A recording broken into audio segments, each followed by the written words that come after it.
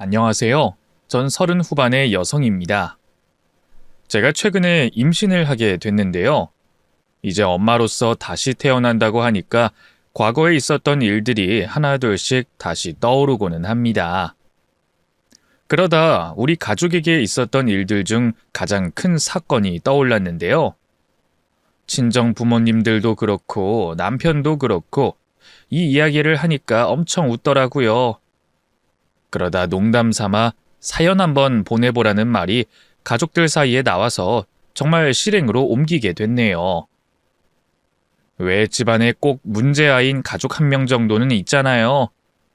그 존재가 결혼으로 맺어진 사이든 아니면 내 핏줄이든 말이죠. 저희 집안에도 그런 사람이 한 명 있었는데요. 동생의 남편인 제부였죠. 오늘 이야기는 제부와 관련된 사건입니다. 그럼 제부에게 무슨 일이 있었는지 한번 이야기해 보도록 하죠. 사실 저와 남편은 아주 우연히 만나게 된 인연이었어요. 드라마에서 나오는 것처럼 여행지에서 우연한 사고로 만난 사이였거든요. 어느 날 저는 혼자 차를 타고 여행을 떠났고 하필 외딴 곳에서 차가 고장나고 말았습니다. 근처에 카센터도 없고 차량과 핸드폰도 방전돼 수리도 못 부르고 있느라 이래저래 곤란한 상황이었어요. 그때 지금의 남편이 나타나서 곤란에 처한 저를 도와줬죠. 정말 막막했던 상황에 대가 없는 도움을 준 남편에게 너무 감사해서 고마운 마음에 사례라도 하겠다고 명함을 받았었고, 그 후에 남편과 저는 지속적으로 연락을 나누다가 연인으로까지 발전하게 됐죠. 첫 만남이 특별했었던 탓인지 저희는 서로에게 깊이 빠져들게 됐습니다. 그리고 결국 결혼까지 약속하게 됐어요.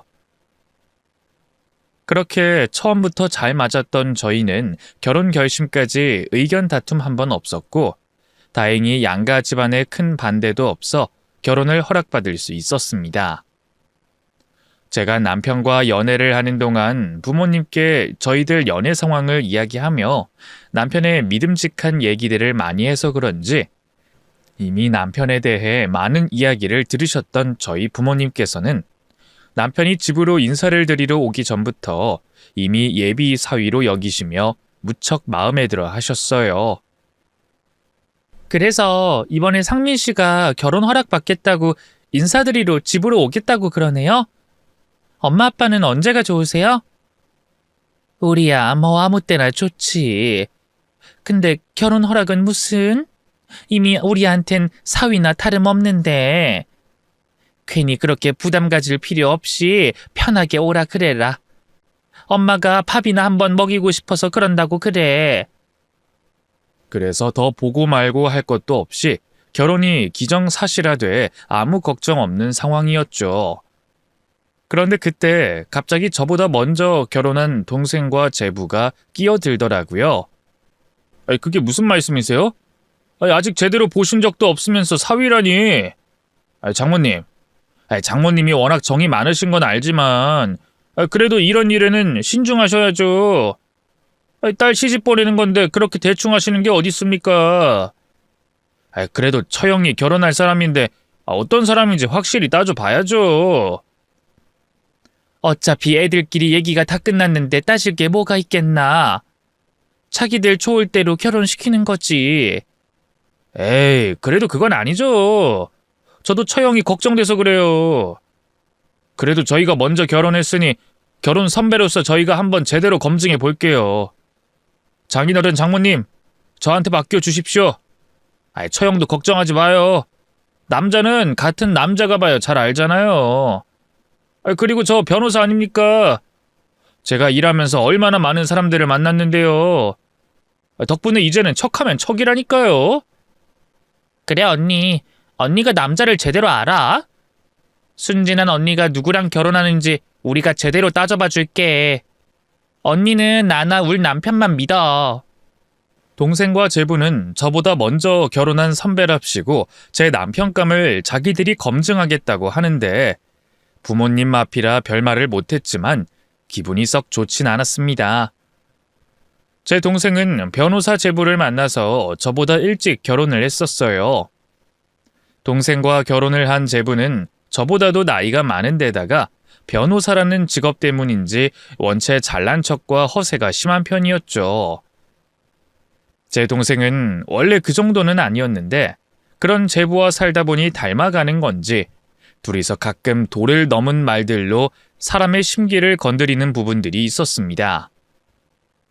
제부가 저보다 나이가 많은 건 맞지만 그래도 제가 처형인데 저를 마치 자기 동생처럼 대하는 일들도 종종 있었거든요.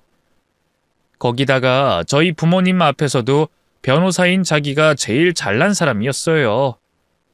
그래서 이번에도 저나 저희 부모님이 사람을 너무 좋게만 보니 뭘 알겠냐며 변호사인 자신이 깐깐하게 사윗감을 따져보겠다고 말하는 거였죠.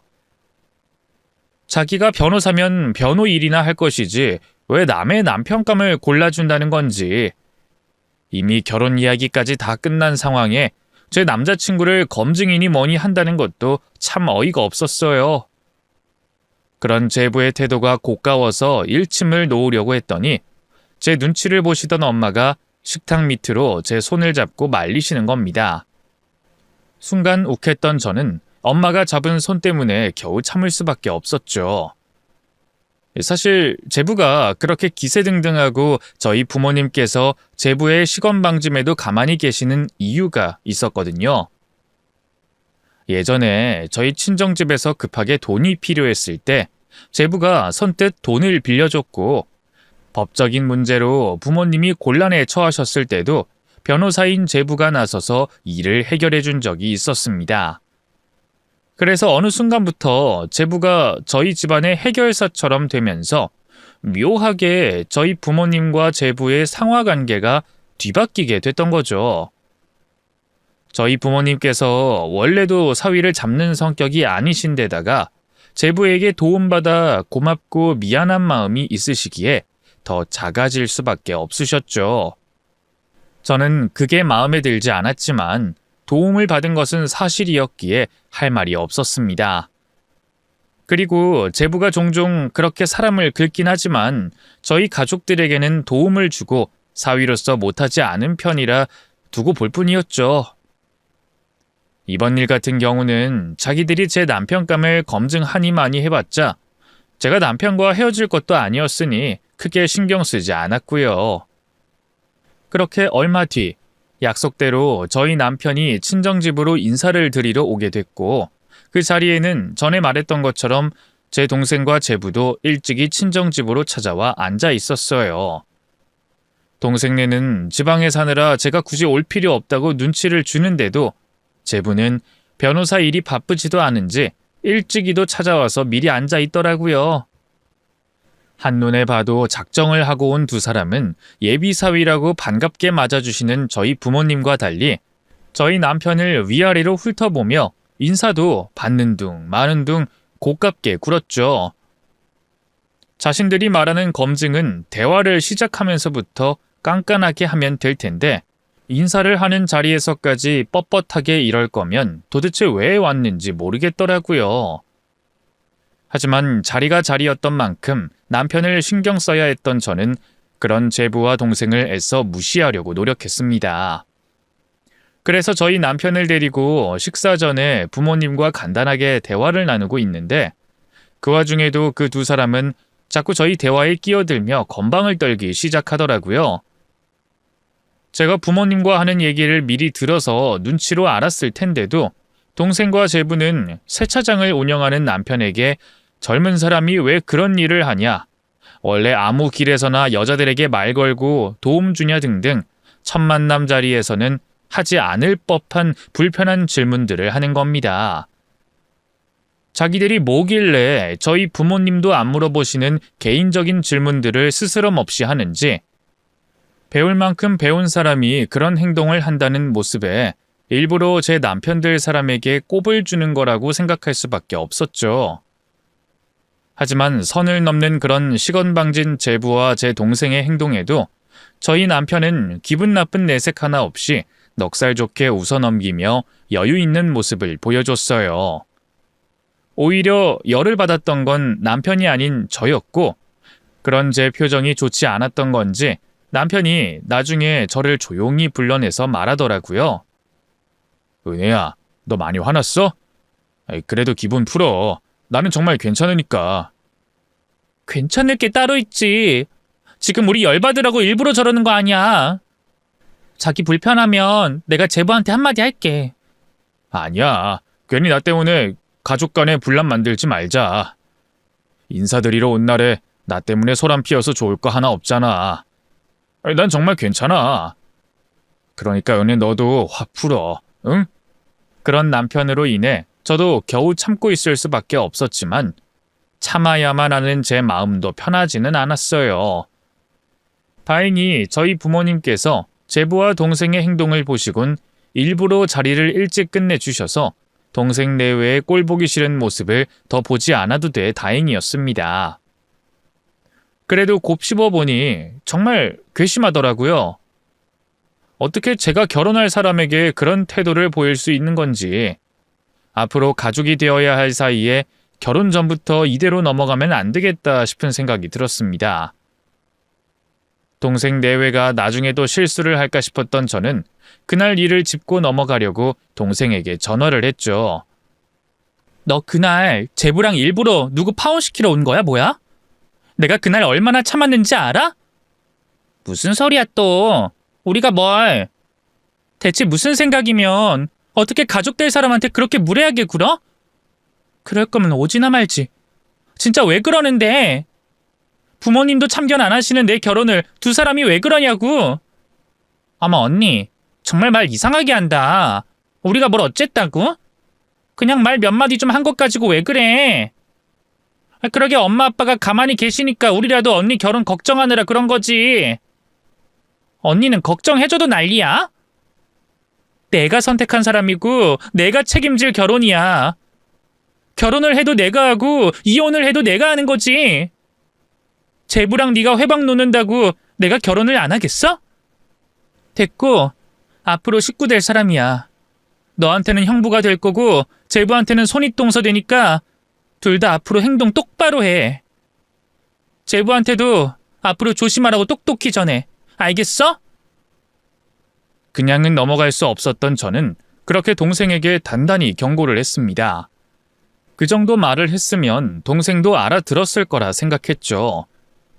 그리고 저는 결혼 준비를 하느라 정신없이 바쁜 날들을 보내고 있었어요.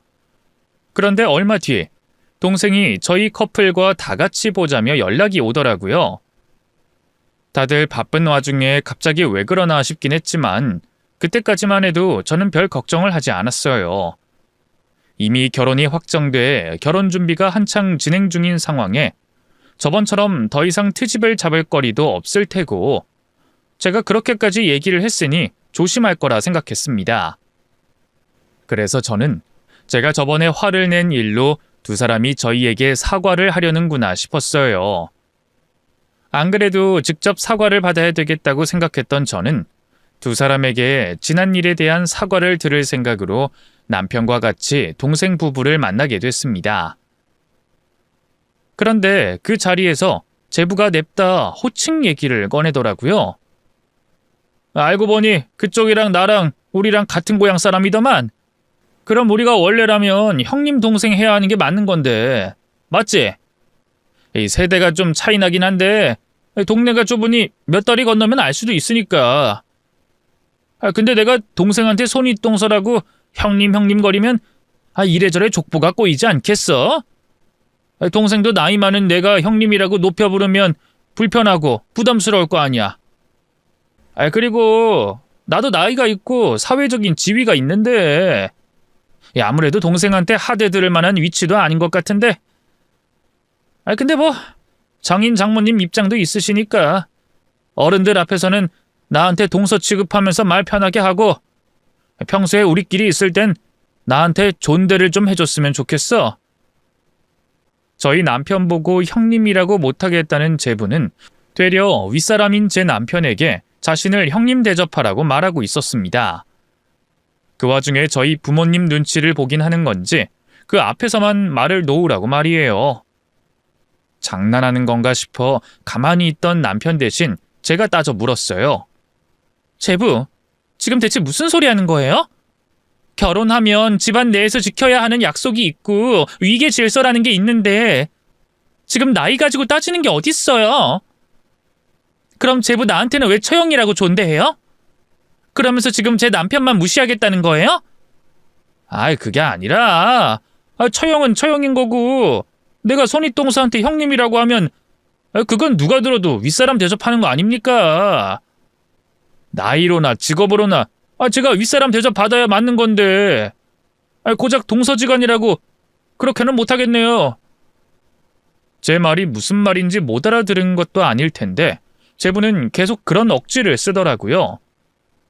그런 제부의 모습에 기가 막혀 한마디 더 하려는데 정작 무시를 당하는 제 남편은 웃고만 있었죠. 아무튼 동생, 내 말 잘 알아들었지? 나는 앞으로 동생이라 부를 거니까 앞으로 나한테 형님 대접 받을 생각하지 마. 예, 그럼요. 제 고향 선배님이신데 제가 눈치껏 잘하겠습니다. 열이 풀풀 나려는 저와 달리 대수롭지 않게 웃어넘기는 남편의 모습에 저는 기가 차서 말도 나오지 않았습니다. 남자들의 세계가 원래 다 이런 건지 저로서는 도저히 이해할 수가 없더라고요. 결국 동생네와 헤어지고 난 후 단 둘이 되고서야 저는 남편에게 따져 물었어요. 자기는 화도 안 나? 자기가 거기서 웃어넘기면 내가 뭐가 돼? 애초에 제부가 말도 안 되는 억지 피우는 건데 그런 걸 뭐하러 들어줘? 싫으면 자기가 안 보고 살아야지. 왜 괜히 자기한테 이래라 저래라야. 뭐 형님 대접을 못 해줘? 사회적인 위치가 있어? 변호사는 형님 소리도 못하는 법이라도 있나? 저런 억지를 부리는데 자기는 저런 말 듣고도 화도 안 나? 화날 게 뭐가 있어. 사람마다 생각하는 게 다 다른 거겠지 뭐. 그리고 같은 고향 선배라는데 어린 나한테 형님 소리 하는 게 껄끄럽기도 하겠지. 원래 남자들은 좀 그런 게 있거든. 그리고 사실 이 호칭 같은 게 뭐가 중요해. 우리는 사는 지역도 다르고 뭐 만나봐야 명절 때나 한 번씩 만날 텐데 그럼 1년에 몇 번 보지도 않을 사이에 굳이 별것도 아닌 일로 척질 필요 없잖아. 그래도 엄연히 당신이 윗사람인데. 제부 일부러 저러는 거야. 하여간 변호사면 다야? 세상 천지에 자기만 잘난 줄 알지. 그렇다고 어떻게 가족 간에 이런 식으로 해? 이건 우리를 무시해도 한참 무시하는 거라고. 원래 그런 사람이면 나한테만 그러는 것도 아닌가 보네.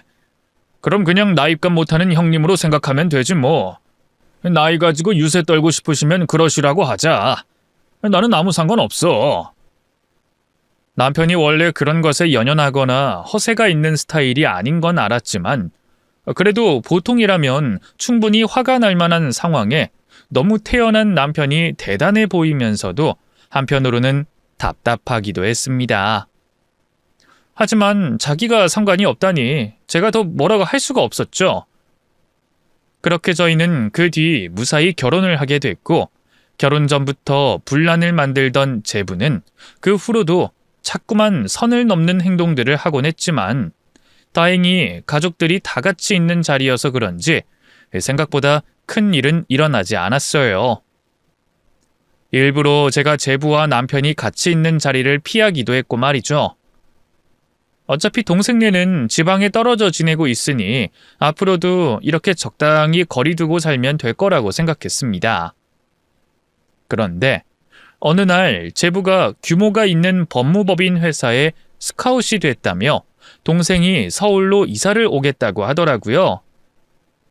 이번에 우리 남편이 스카웃 됐잖아. 엄청 유명한 법무법인이야. 우리 남편 실력 딱 알아보고 불러주신 거지. 아무튼 그래서 이번에 우리도 서울로 가게 됐어. 너무 잘 됐지 언니. 나 서울 가면 친정집이랑 가까워지고 언니랑도 자주 볼 수 있겠다. 너무 좋지? 동생은 서울로 오게 돼 너무 좋다며 기뻐했지만 제부가 지긋지긋했던 저는 그 소식이 별로 달갑지 않았습니다. 가끔 만날 때도 저희 남편을 못 잡아먹어서 안달인 사람이 근처에 붙어 살게 되면 또 얼마나 미운 짓을 할까 걱정이 됐죠. 그런데 아니나 다를까 제부는 서울로 올라오고서부터 시도 때도 없이 저희 남편을 불러내기 시작했습니다. 저희 남편은 자영업자라 시간도 없는데 꼭 자기 편할 때마다 저희 남편을 부리려고 안달이 났더라고요. 그런 제부는 늘 저희 남편을 자기 밑으로 생각하는 듯 했어요. 같은 집안 사위에 동양 사람이라서 그런 건지 자꾸만 가족 간에 필요 없는 위아래를 나누려고 했죠. 그러면서 세차일 하는 저희 남편을 늘 자기 멋대로 규정하고 무시했습니다. 그러고 보면 동생도 학창시절에 어땠을지 알만하다. 그치? 예? 제가 뭘요? 아니 그렇잖아. 세차일이라는 게 대단한 기술이 필요한 것도 아니고 그냥 사지 멀쩡하면 할 수 있는 거 아니야. 그런 거 보면 동생도 어떻게 살았을지 뻔히 보여서. 가난한 집안에서 태어나서 공부에도 일찍이 손 놓고 학창시절에는 생각 없이 놀거나 일진놀이 하다가 나이 먹고 할 일 없으니 이것저것 기술 좀 배웠겠지. 그러다 뒤늦게 현실 직시하고 돈 좀 벌어보려고 남의 비싼 차 닦으면서 몸으로 때워 돈 버는 이런 일 선택한 거잖아. 사실 사람들은 가난한 형편을 탓하는데 그것도 다 자기 연민인 거야. 나 봐봐. 나도 똑같이 가난한 집안에서 태어났지만 열심히 공부해서 오로지 내 노력만으로 이 자리에 있는 거 아니겠어?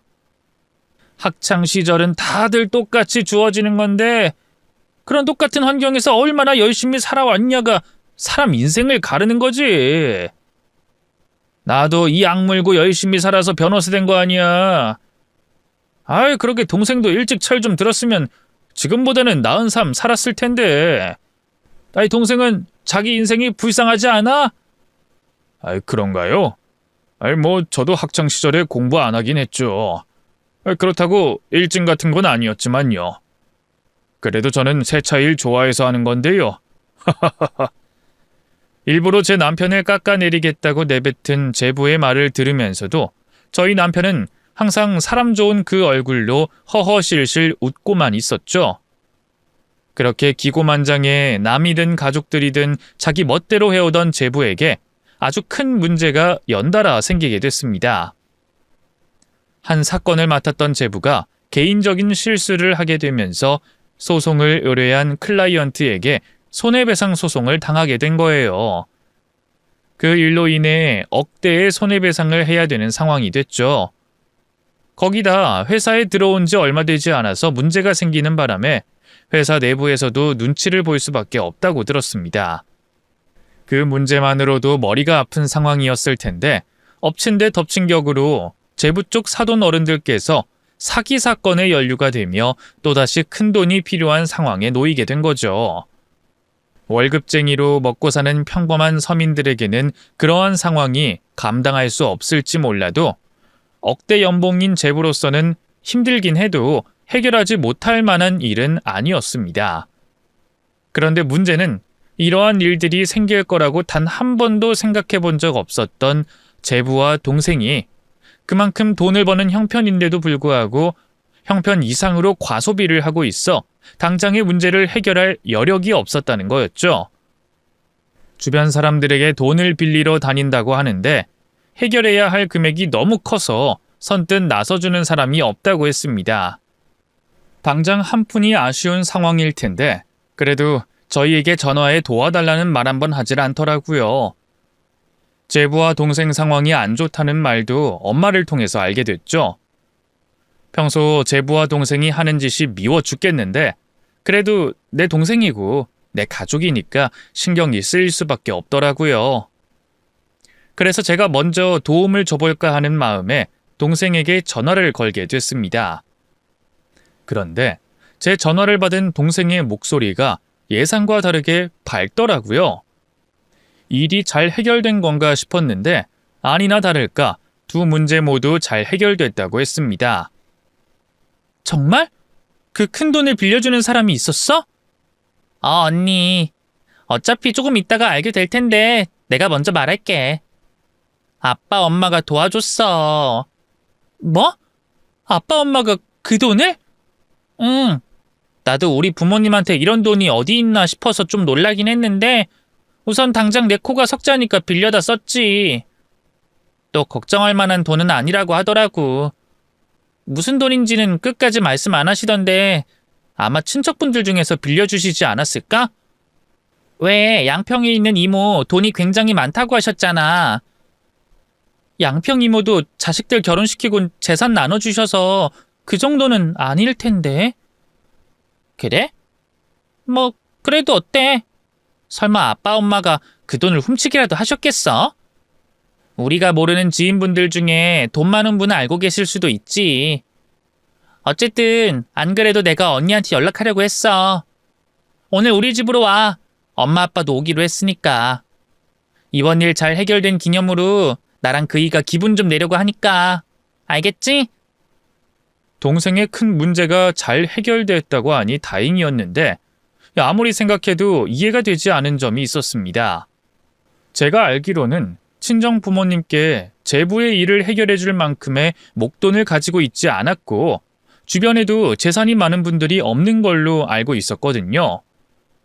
물론 제가 부모님의 재정적인 상황을 자세히 아는 건 아니었지만 제부가 해결해야 하는 돈이 일반적인 가정에서도 감당하기 힘든 금액이었으니 형편이 그다지 넉넉지 못한 저희 집 상황에서 그 돈을 도와주는 건 불가능에 가까웠습니다. 어떻게 된 일이냐고 당장 전화해서 부모님께 여쭤보고 싶었지만 저녁에 가족 모임이 있다고 하니 만나서 그 돈의 출처를 직접 여쭤보기로 했죠. 그렇게 몇 시간 뒤 동생네 집에서 가족 모임을 가지게 됐습니다. 전 동생네에 도착을 하자마자 엄마를 붙잡곤 방으로 들어가서 제부를 도와줄 돈을 어떻게 마련했는지 여쭤보게 됐죠. 그런데 엄마는 계속해서 제부를 도와준 그 돈의 출처를 몰라도 된다고 하시더라고요. 전 혹시나 부모님께서 제부를 도와주신다고 대출이나 빚을 졌을까봐 걱정이 됐는데 엄만 제가 걱정할 만한 일은 없다며 말씀을 하셨죠.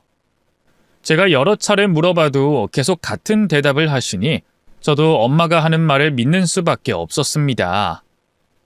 시간은 좀 걸리겠지만 제부가 돈을 못 갚을 사람은 아니니 돈의 출처를 묻는 건 이쯤에서 끝내기로 했죠. 그래서 불안한 마음을 접어두고 동생이 차린 진수성찬을 즐기게 됐어요.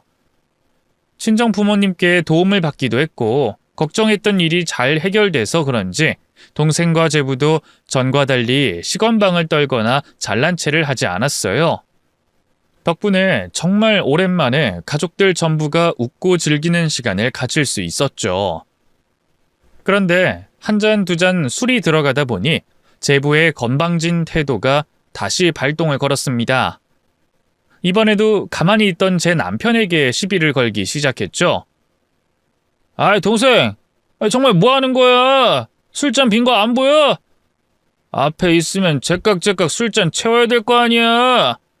얼른 술 따라. 아이 동서, 춥기가 좀 오른 것 같은데 이제 좀 천천히 먹어. 기분 좋자고 모인 날인데 금방 헤어지긴 아쉽잖아. 천천히 마시고 좋은 시간 길게 가지자고. 아이씨, 뭐라는 거야? 내가 먹고 싶다는데. 세차나는 따까리 주제. 내가 하라면 그냥 잔말 말고 할 것이지. 내가 그냥 따르라고 하면 잔말 말고 술 따르라고. 술에 취한 제부가 친정 부모님이 계시는 앞에서 남편에게 하대를 하자 가족들 모두 깜짝 놀라게 됐죠. 특히 남편과 제부 사이의 일을 모르고 계셨던 부모님께서 무척이나 놀란 얼굴을 하고 계셨어요. 결국 아빠가 제부에게 뭐 하는 짓이냐고 한 소리를 하셨죠. 자네 지금 뭐라고 말한 건가? 자네 형님 되는 사람한테 동생이라고 하고 반말을 한 거야?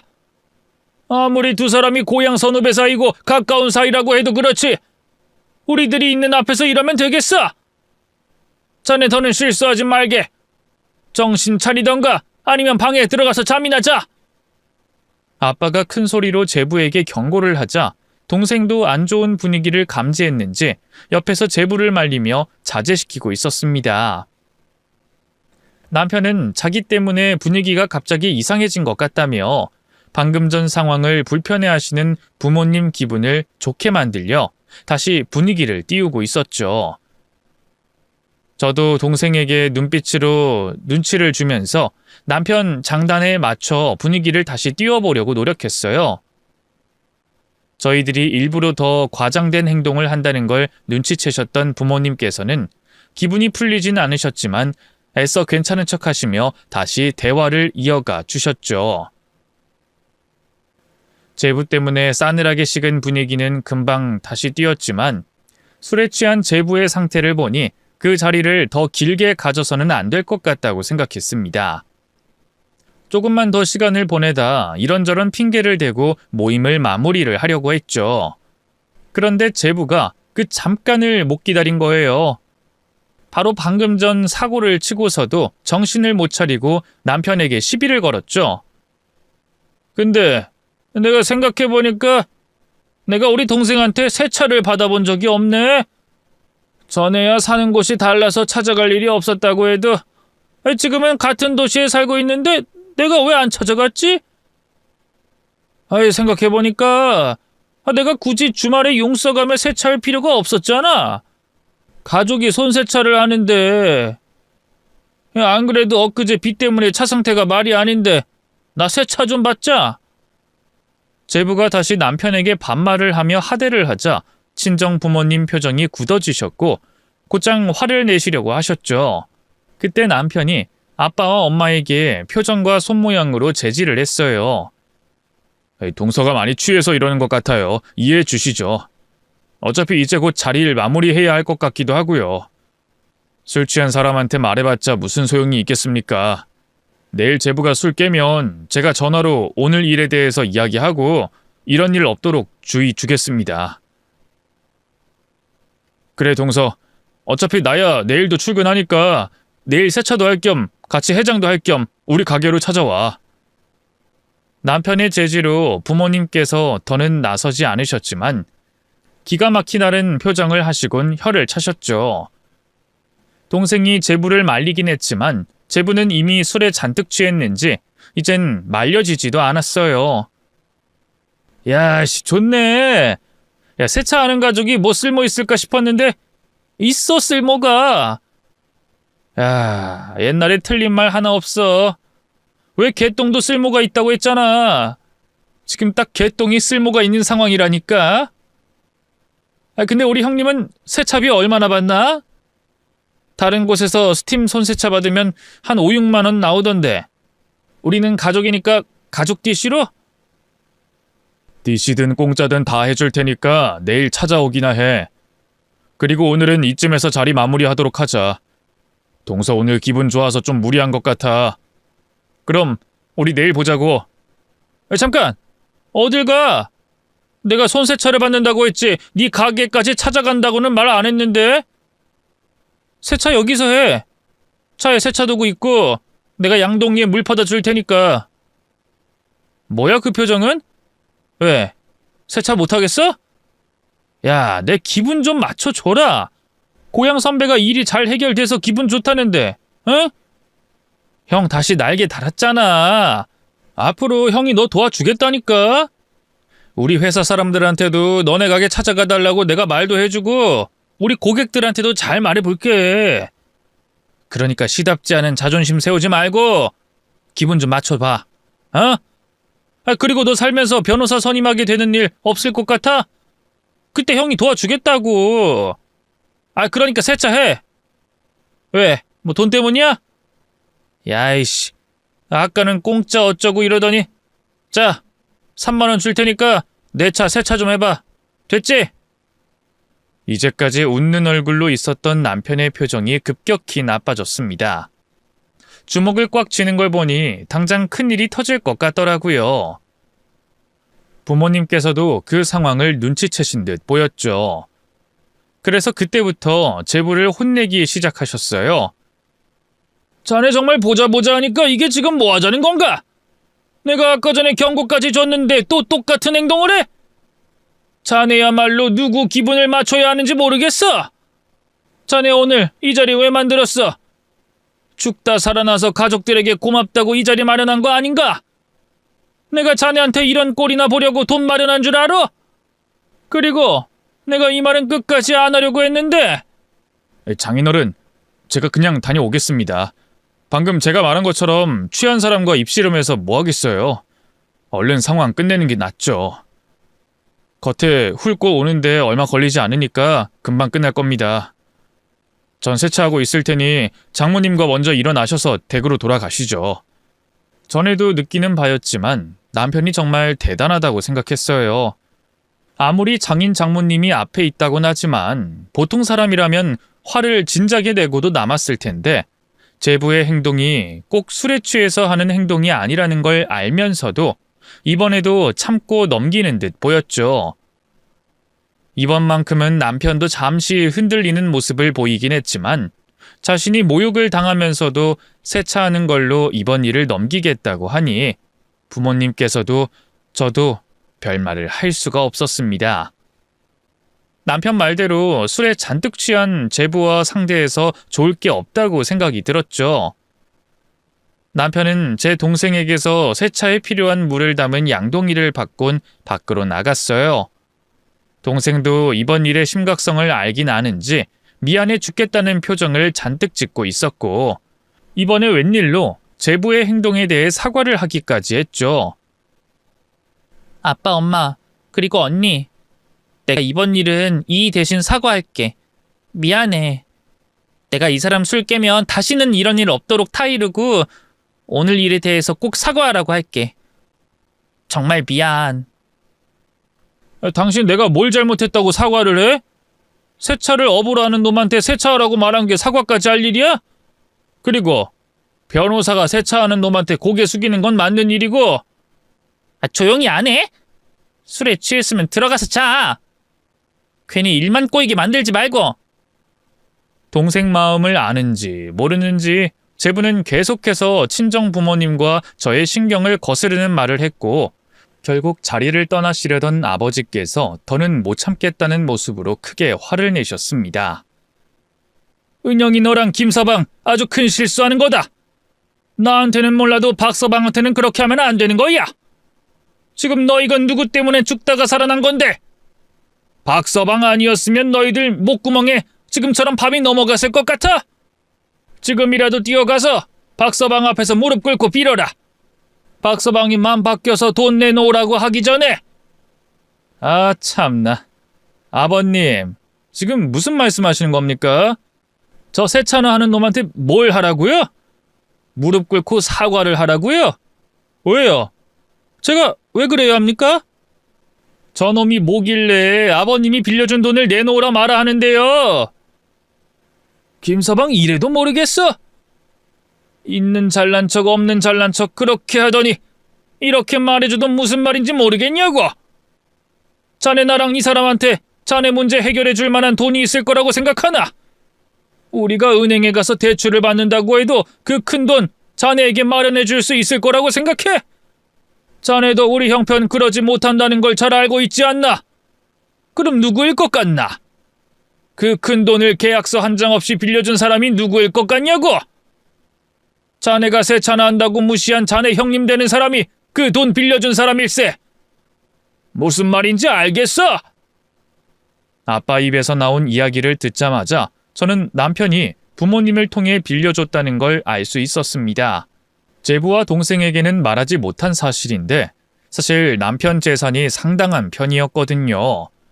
겉으로 보기에는 건물 1층에 딸려있는 작은 세차장이나 하는 사람처럼 보이지만 정확히 말하면 남편뿐만 아니라 시댁까지 재산이 상당한 편이었습니다. 시아버님께서는 분점을 열어둔 카센터를 운영하시던 분이셨어요. 카센터 일로 자수성가를 하신 분인데 일찍이 성공하셔서 오래전부터 지역에 유지이셨죠. 그렇다고 남편이 시아버님의 재산을 그대로 물려받아 재산이 많았던 건 아니고요.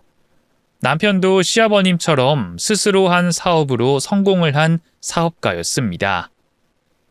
남편은 어린 시절부터 아버님이 운영하시는 카센터를 놀이터처럼 이용했고, 그러다 보니 자연스럽게 자동차에 관해 관심을 가지게 됐다고 해요.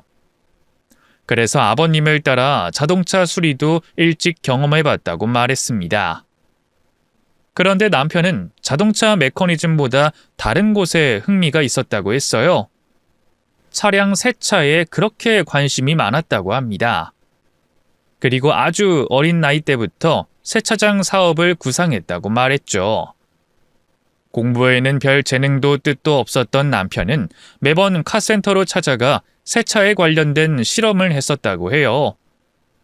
아직 성인도 안 된 남편이 세차에 대해 얼마나 열정적이었는지 수업 시간에는 책을 펴보지도 않았던 사람이 세제 성분을 공부하기 위해 직접 화학책까지 폈을 정도라고 했었죠.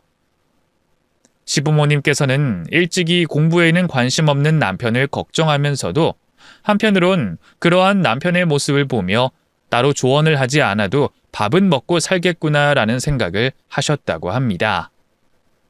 그래서 학생의 본분인 공부는 뒷전이고 괴짜 같은 행동을 하는 남편을 보시고도 가만히 두셨다고 하네요.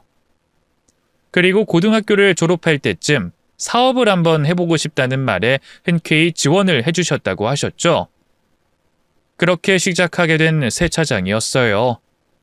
그 당시는 지금처럼 셀프 세차장이 많았던 때도 아니고 비싼 차량이 아니면 보통 기계 세차를 하다 보니 남편의 사업이 잘 될 거라고 생각한 사람이 얼마 없었다고 했습니다. 그런데 그런 부정적인 예상을 깨고 남편의 손세차 사업이 제법 잘 됐다고 했죠. 사실 남편이 세차 공부에 들인 노력을 생각하면 성공을 못하는 게 이상할 정도긴 했어요. 외국 세제를 비교해서 공부하는 건 물론이고 기존의 세제 말고도 자신이 개발한 방법과 약품까지 활용했으니 세차라고 취급하기보다는 거의 차량 복원에 가까운 수준이었으니까요. 남편은 처음 하게 된 사업을 성공하게 되자 자신감을 얻었고 사업을 계속해서 확장해 나가며 전국적으로 분점들을 두게 됐어요. 이후 최근에는 가장 기본적이라고 생각되는 대형 셀프 세차장 사업도 하면서 경제적으로는 완전히 자유로워지는 수준이 됐죠. 그런데 남편의 학창시절 이야기만 들어도 아시다시피 남편은 사무 관련으론 영 관심도 없었고 체질적으로 맞는 사람이 아니었습니다. 무조건 현장에서 직접 몸을 사용해 일을 해야 직성이 풀리는 사람이었죠. 그래서 본래 하던 사업 말고도 자신의 매입한 건물에서 세차업을 하고 있었어요. 오로지 자기 만족을 위해서 말이죠. 이 사실을 저희 친정 부모님께서도 알고 계셨습니다. 그런데 제부에게는 이 사실을 알리지 말자고 하셨어요. 성격이 꼬일 대로 꼬여있는 제부가 이 사실을 알게 되면 괜히 남편에게 열등감이나 자격지심을 보이며 시비를 걸어올까 싶었거든요. 아빠는 제부와 남편이 가까워지게 되면 그때 사실대로 말해도 될 것 같다고 하셨죠. 저희도 그 말을 따르게 됐고요. 그런데 결혼 이후에는 남편이 말하지 말자고 했습니다. 자기 잘난 맛에 사는 제부에게 굳이 말해서 불편한 관계가 되고 싶지 않다면서 말이죠. 그런데 그날 제부의 선을 넘는 행동으로 인해서 결국 모든 걸 밝히게 된 거예요. 남편이 제부를 도와준 것까지 말이죠.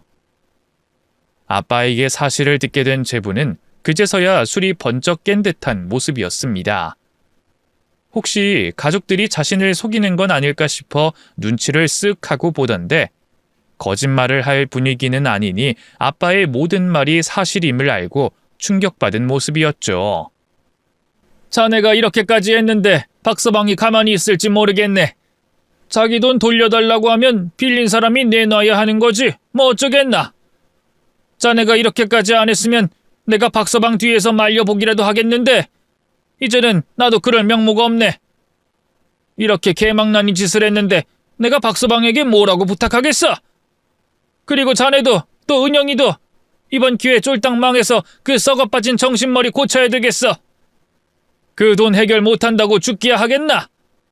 법이라면 누구보다 잘 아는 자네인데. 파산 신청을 하든 구제를 받든 무슨 수가 있겠지. 제부는 아빠께서 하시는 말에 지레 겁을 먹은 듯 보였습니다. 정작 남편 입에서는 돈 내놓으라는 말을 한 적도 없는데 말이죠. 아버님, 혹시 형님이 돈을 돌려달라는 말을 한 겁니까? 방금 전에 그런 사인이라도 주고 받으신 거예요? 정말 형님이 당장 돈을 돌려달라고 할까요? 사인 그런 건 모르겠네만. 자네도 직접 보지 않았나? 자네, 박서방이 우리 가족 되고 나서 그런 표정 지은 적 봤어? 난 그렇게 굳은 얼굴 처음 봤네. 무슨 소리를 해도 항상 허허실실거리던 사람이었는데. 거기다 박서방이 주먹 꽉 쥐고 있었던 것도 봤지? 자네가 박서방이 그렇게 자부심 있어 하는 자기 직업에 대해서 그런 식으로 표현했는데 기분이 좋을 리가 있나? 나도 내가 보는 관점에서 설명하는 거지만 나 말고도 어느 누가 돈 빌려주고 그런 소리 듣고 싶어 하겠어? 나 같으면 진작에 다 밝히고 내 돈 돌려달라고 했을 거네. 아빠가 쐐기를 박듯이 말을 하자 제부와 동생의 표정은 급격히 어두워지고 있었습니다. 그런데 그때 남편이 세차를 마치고 올라왔죠.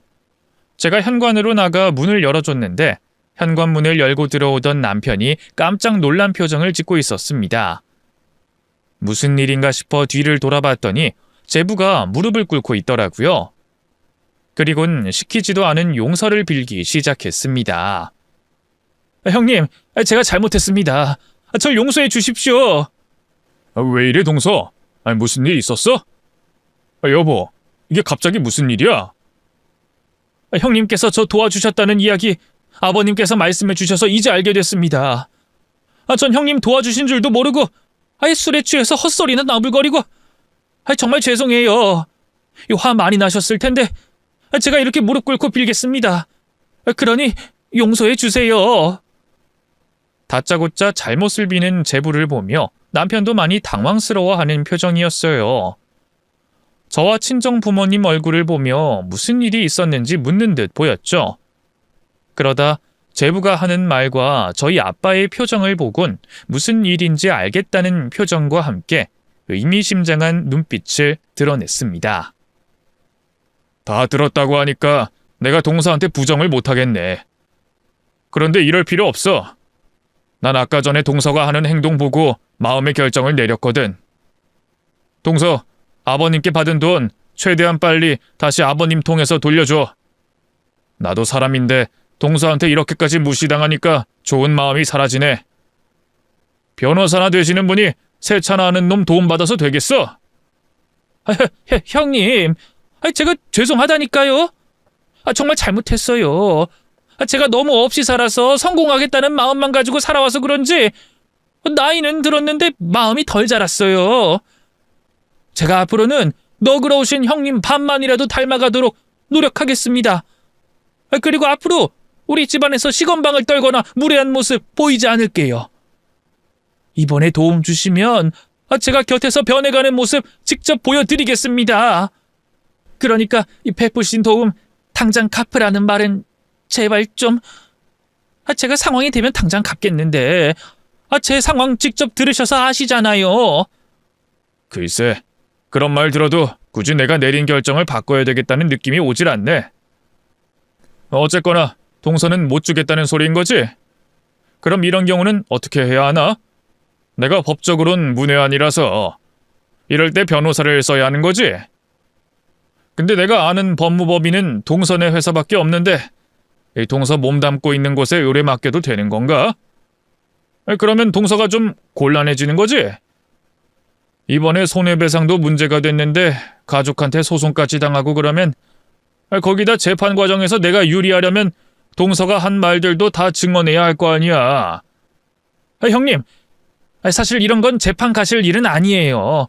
애초에 형님께서 소송하시는 게 불가능한 상황이라고요. 제가 상환을 안 하겠다는 것도 아니고 또 빌린 돈도 어찌됐건 아버님께 받은 거라. 또 상환 날짜에 대한 정확한 표기도 없고요. 그래? 그래도 뭐가 됐든 간에 내가 소송 걸면 지금 동서 상황에서는 안 좋은 거잖아. 회사 측에서나 동서 변호사 평판으로서나. 맞지? 그렇게 한참 동안 남편은 어린아이 다루듯이 자신에게 쩔쩔매고 있는 제부에게 겁을 줬습니다. 그러다 그쯤하면 됐다고 생각했는지 시부에게 확언을 받아내려고 했어요. 그래, 다 좋아. 동서가 잘못 비는 건 이 정도면 알겠는데 앞으로도 지금 했던 약속이 지켜진다는 보장은 어떻게 할 거야? 오늘만 이렇게 넘어갈 수도 있겠고 나중에 돈 다 갚고 나서도 또 예전처럼 행동할 수 있는 거잖아. 오늘도 원래는 아버님께 앞으로 가족들과 잘 지내겠다고 약속하고 만든 자리 아니었어? 그런데 얼마 되지도 않아서 바로 그 약속 깬 사람이 동서인 거잖아. 맞지? 이번에는 정말 믿어주세요. 제가 이렇게 장인어른, 장모님, 처형, 거기다 제 아내까지 있는 앞에서 거짓말 하겠습니까? 그리고 제가 형님이 어떤 분인지 알게 됐는데 어떻게 가족들을 함부로 무시할 수 있겠어요? 거기다 오늘 이런 일을 가족들 앞에서 다 보였는데. 정말입니다. 앞으로는 형님 인성 배우면서 살아갈게요. 그럼 제부가 하는 말 믿어볼게. 그러니까 이제 일어서. 형님, 정말 용서해 주시는 거죠? 용서를 나한테 빌어서 되나? 지금까지 내가 동서에게 화냈던 거는 전부 아버님 화를 풀어드리려고 대신했던 행동들인데 용서 구할 거면 아버님께 빌어. 난 세차하러 가서 진작에 다 풀었으니. 내가 이래서 세차를 좋아한다니까.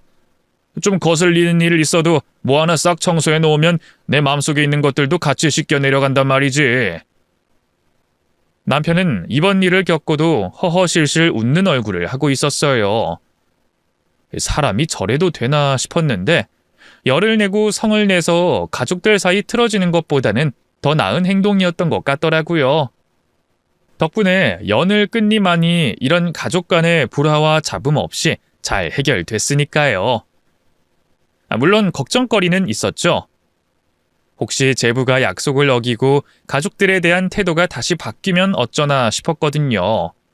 그런데 정말 그 사건을 겪으면서 뭘 느끼기라도 한 건지 그날 이후부터 제부는 남편에게 군기가 바짝 든 모습을 보였습니다. 친정 부모님께도 시건방을 떠는 모습을 보이지 않았고요. 그래서 그날 이후로는 가족들이 모인다고 하면 불안한 마음이나 불편한 내색하지 않고 마음 편히 만날 수 있었던 것 같아요. 그날 사건으로부터 시간이 많이 지난 지금도 제부는 변하지 않았어요.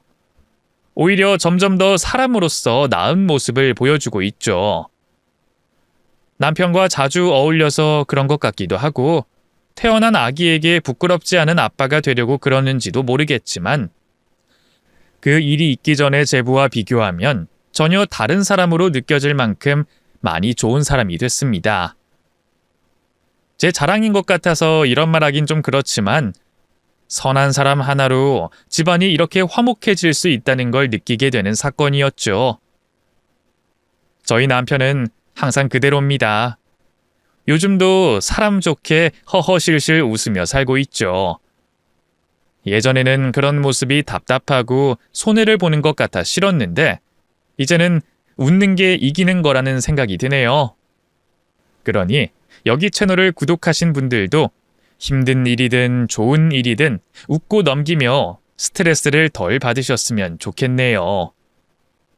그럼 다 같이 웃는 얼굴로 작별 인사하기로 하고 저는 이만 글을 마무리하겠습니다. 제 이야기 들어주셔서 감사합니다.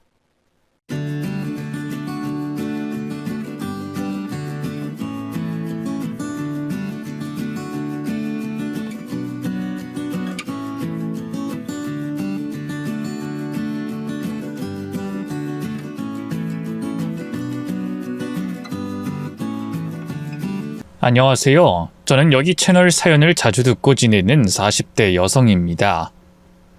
예전에는 이곳의 사연을 마냥 재밌게만 들었어요. 어려운 사람들을 보면 저와 비슷한 상황이다 싶어서 더 집중해서 들었고요. 하지만 이곳에 일어나는 기적과도 같은 일들은 저와 상관없는 일이라고 생각했습니다. 보통의 삶에서 그런 기적은 쉽게 찾아오지도 않으니까요. 거기다 제가 저 먹고 사는데 급급해 주변에 베푼 것도 없었거든요. 나쁘게 살지 말자, 바르게 살자가 제 좌우명이긴 했지만 제게 기적이 찾아오길 바라기에는 부족한 삶이었습니다. 그런데 이 기적이라는 게 꼭 제가 베풀지 않더라도 찾아오더라고요. 물론 누군가 베풀어야 한다는 건 변하지 않지만 말이죠. 저는 오늘 제게 찾아온 기적에 관해서 이야기해 보려고 합니다. 이 세상 외롭게 또 힘들게 살 줄 알았던 제게 행복과 사랑을 찾아준 이야기를 말이죠. 저희 부모님은 제가 어릴 적부터 작은 가게를 운영하셨습니다. 두 분은 매일 새벽 일찍 가게를 나가서 밤 늦게까지 영업하셨고 그런 부모님의 모습은 그 어떤 사람들보다 부지런하고 바빠 보이셨어요. 성실하면 언젠가 성공할 거라는 생각으로 저희 부모님은 늘 진심을 다해서 열심히 살아오셨고 언젠가부터는 정말로 형편이 조금씩 나아지며 밝은 미래가 보이기도 했습니다. 하지만 그랬던 부모님의 가게가 갑자기 망하게 되면서 저희는 살 곳을 찾아 시골로 내려가야만 했어요. 빚 때문이라고 했어요. 큰 빚을 감당하기 힘들어 잘 되고 있던 가게도 팔아야 했고 집도 팔아서 아무것도 없는 빈손이 되어 시골로 내려가야 했죠. 그래서 부모님께서는 아는 분의 도움으로 시골 공장에 취직하시고 그 공장 한쪽에 딸린 3평짜리 작은 사택에서 지내며 일을 시작하게 되셨죠. 겨우 희망을 품어보려다 주저앉게 되며 희망이 보이지 않는 미래였지만 그럼에도 저희 부모님은 좌절하거나 힘들어하지 않으셨습니다. 어린 저를 달래기 위해서 더 그러셨을지도 몰라도 부모님은 그런 상황에서도 늘 웃음을 잃지 않으셨어요. 덕분에 저희 가족은 상황은 어려웠지만 여전히 행복할 수 있었죠. 승희야, 새 집 어때? 좀 좁긴 해도 우리 식구들 다 같이 붙어 있으니까 좋지? 응, 엄마 아빠랑 같이 있으니까 좋아. 그렇지? 엄마 아빠도 승희랑 같이 자니까 더 좋다. 승희야, 조금만 기다려. 엄마 아빠가 다시 열심히 해서 승희 방 만들어 줄게. 그래도 우리 식구들이 같이 있으면 다시 일어날 수 있을 거야. 부모님은 긍정적인 분들이셨고 그래서 어떤 상황에서도 밝게 웃으시며 희망을 놓지 않는 분들이셨어요. 그래서 저는 부모님이 또다시 이 어려운 시기를 잘 견디시고 곧 다시 정상적인 삶을 되찾으실 거라고 생각했습니다. 그런데 왜 하필 저희 가족에게 자꾸 불운이 찾아오는지 제가 그런 희망을 채 꿈꾸기도 전에 저희 집에 또다시 끔찍한 일이 벌어지고 말았습니다. 부모님께서 저를 두고 서울에 일을 보러 올라가셨다가 내려오시는 길에 예상치 못한 사고가 벌어지게 됐던 거죠. 그리고 두 분은 안타깝게도 그 사고로 인해 한날 한시에 결국 돌아가시게 됐죠. 그렇게 저는 하루아침에 부모님을 잃고 세상에 홀로 남겨지게 됐습니다. 하필이면 부모님은 형제도 없고 두 분 모두 일찍이 부모님을 떠나보냈던 탓에 저에게는 다른 친척이 없었어요. 늘 부모님과 저까지 세 가족이 전부였기에 저는 부모님을 여의고 고아원에 맡겨질 수밖에 없었습니다. 그렇게 고아원에서 저 같은 아이들과 같이 지내다가 나중에는 위탁가정에 들어가기도 했지만 어쩐 일인지 저는 제대로 보살핌을 받지 못하고 방치되듯 자라게 됐어요. 제가 사랑받기에 부족한 사람인 건지 아니면 제가 만난 어른들만 그렇게 나쁜 사람들이었는진 모르겠지만 누구 하나 저를 걱정하고 챙겨주는 사람은 없었어요. 오히려 고아라는 이유로 구박당하고 차별을 겪어야 했죠. 그런 상황에 저도 충분히 엇나갈 수 있었지만 그때마다 저는 늘 돌아가신 부모님을 떠올리며 마음을 다잡았습니다. 힘든 상황에도 항상 웃음을 잃지 않으셨던 부모님을 생각하며 저는 스스로를 돌보며 흔들리는 마음을 잡으며 지냈어요. 그렇게 차라리 혼자 사는 게 낫겠다 싶었던 저는 성인이 되어 독립할 날만 기다리며 그때까지 조용히 지내기로 했습니다. 그리고 드디어 성인이 된 후 저는 저 스스로 일을 하고 돈을 벌어 생활할 수 있음에 감사하며 열심히 일을 하며 지내게 됐죠. 금전적으로도 생활하는 데 있어서도 자유롭지 못했던 고아원 생활에 비하면 힘들긴 했지만 혼자 지내는 삶이 저에겐 훨씬 좋았습니다. 적어도 아무 이유 없이 저를 괴롭히거나 힘들게 하는 사람은 없었으니까요. 그렇게 저는 스스로 버티기로 결심하며 정말 열심히 지냈습니다. 다른 사람들처럼 취미를 가지거나 인생을 즐기는 건 전혀 몰랐고 오로지 일만 하면서 어떻게든 사회에 자리를 잡고 싶었어요. 그러다 보니 저는 늦은 나이까지 연애도 한번 못 해봤죠. 그러다 제 나이 30이 넘어서야 첫 연애를 하게 됐습니다. 사실 그것도 남편이 먼저 다가와 주지 않았더라면 못했을 일이었어요. 연애 경험도 없고 사람 대하는 것도 어려워했던 제가 남자에게 먼저 말 붙일 일도 없었으니까요. 그런 제게 남편은 관심과 애정을 가지고 저를 대해줬고 그런 다정한 모습에 저는 남편에게 빠지게 됐습니다. 부모님을 너무 일찍 잃고 그동안 혼자 외롭게 살아서 그런지 저는 그런 남편이 참 고맙고 좋았어요. 거기다 남편은 다른 여자들한테 눈길 한번 주지 않고 저만 바라보는 사람이었죠. 하루 종일 제가 뭘 했는지 뭘 먹었는지 궁금해하고 언제 어디서나 저만 신경 쓰는 사람이었어요. 그동안 세상의 무관심에 너무 지쳤던 저는 그런 남편의 관심이 싫지 않았습니다. 그렇게 나만 바라봐주는 남편과 함께한다면 평생 행복해질 수 있을 거라고 생각했던 저는 저희의 행복한 미래를 위해 남편과 결혼하게 됐습니다. 그리고 연애 때처럼 남편은 여전히 저만 바라봐줬어요. 그런데 제가 사랑이라 생각했던 그런 남편의 행동이 알고 보니 의처증이었음을 알게 되는 건 그리 오래 걸리지 않았습니다. 연애 때는 저를 너무 사랑해서 너무 걱정해서 그런 줄 알았던 행동들이 점점 심해지면서 의심과 집착으로 변해가기 시작했어요. 당신 어디 갔다 와? 아, 나 잠깐 요 앞에 슈퍼에. 슈퍼? 슈퍼는 왜 가? 엊그제 나랑 같이 장 봤었잖아. 당신 슈퍼 다녀온다고 거짓말하고 다른 사람 만나고 온 거 아니야? 그게 무슨 말이야. 다른 사람이라니. 내가 다른 사람 누구를 만난다는 거야? 그리고 내가 설령 누구를 만났다고 해도 내가 왜 당신한테 그런 거짓말을 해? 그거야 모르지. 나한테 뭔가 숨기는 게 있는지 어떤지. 애초에 남편한테 말도 없이 돌아다니는 게 수상한 짓 아니야?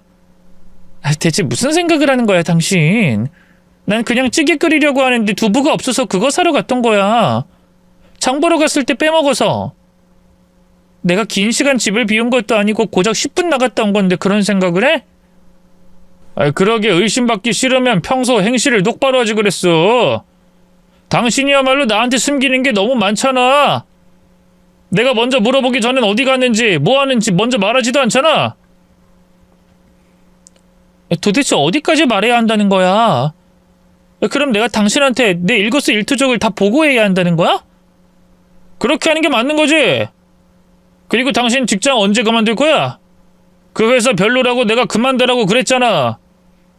그건 좀 더 괜찮은 직장 나오면 옮기겠다고 그런 거잖아. 내가 지금 당장 회사를 어떻게 그만둬? 그 회사 별로야. 죄다 남자만 있던데 왜 그런 데서 일하는 거야? 당신 설마 딴 생각하는 건 아니지? 의처증이 심해지던 남편은 제가 밖에 나가서 일하는 것까지 무척 싫어하곤 했습니다. 대놓고 바람을 피우냐 묻는 건 아니었지만 자꾸 저를 의심하고 싫어하는 눈초리가 전 너무 피곤했어요. 남편 역시 벌이가 많지 않은 상황에 회사를 그만둘 수도 없었던 저는 남편의 잔소리를 들으며 스트레스를 받아야 했죠.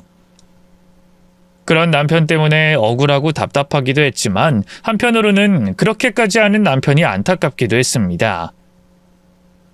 이 사람이 얼마나 사람한테 상처를 받았으면 이렇게 믿음이 없을까 생각을 하니 저를 의심할 수밖에 없는 남편이 불쌍하더라고요.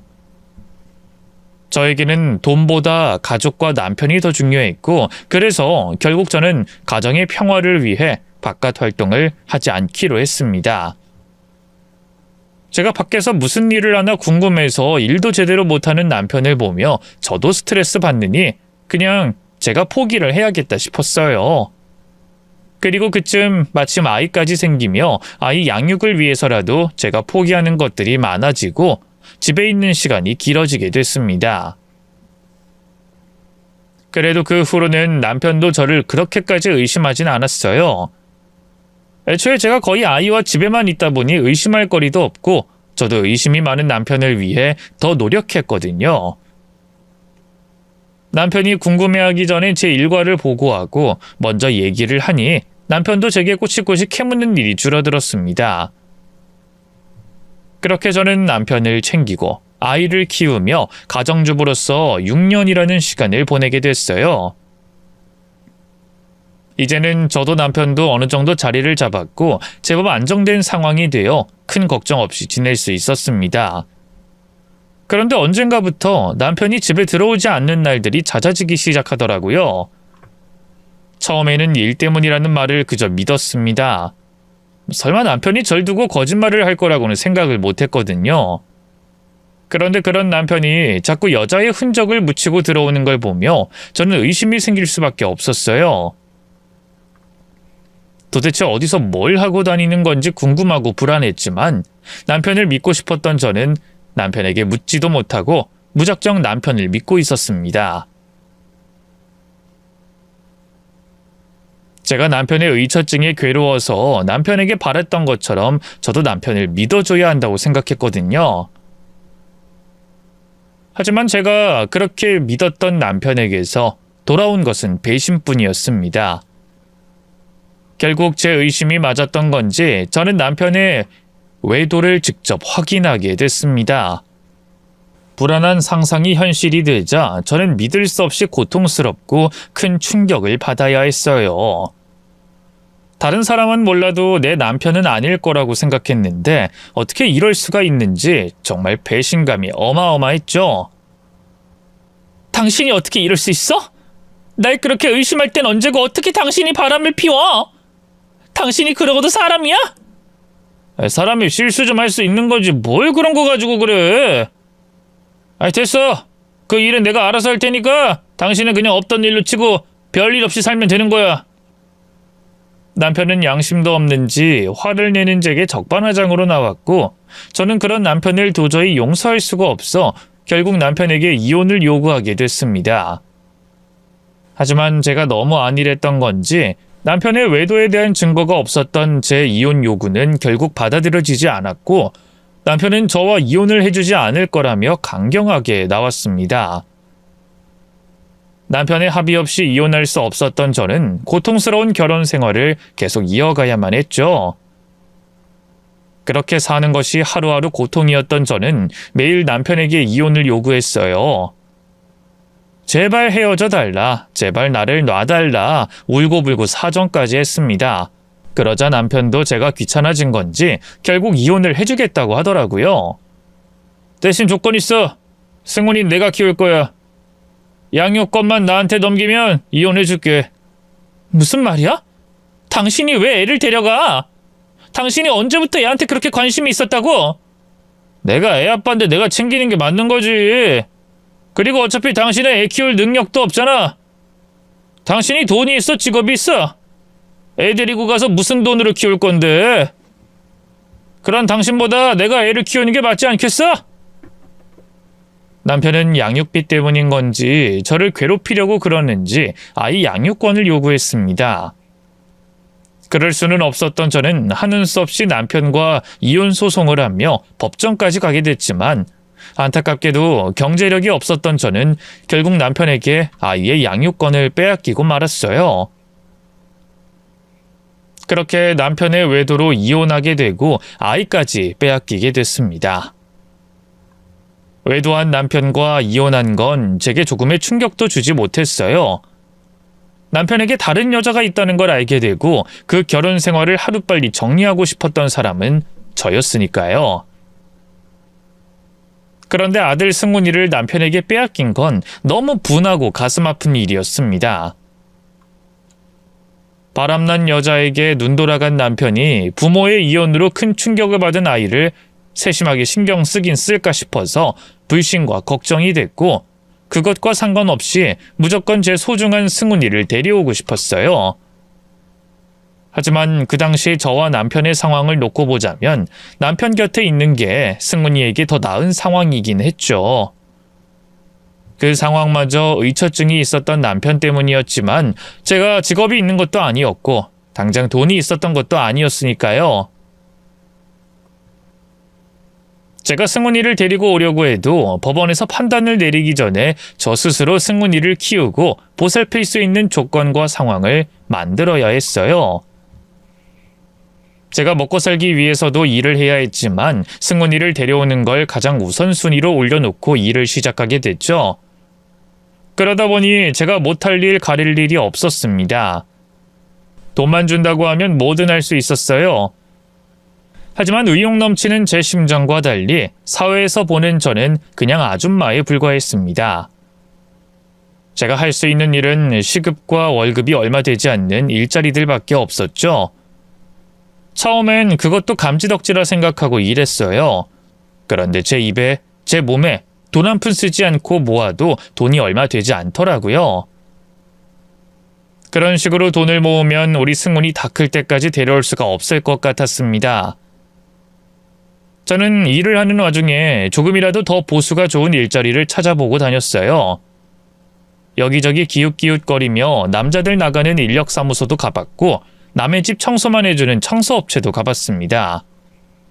하지만 그런 곳들 모두 다 저를 필요로 하지 않거나 월급이 불안정하거나 기대만큼 금액이 높지 않았어요. 그러다 정말 우연히 보수가 괜찮은 일자리를 발견하게 됐죠. 한 집안의 가정부 일을 하는 거였는데 다른 가정부 일자리보다 보수가 배로 높았어요.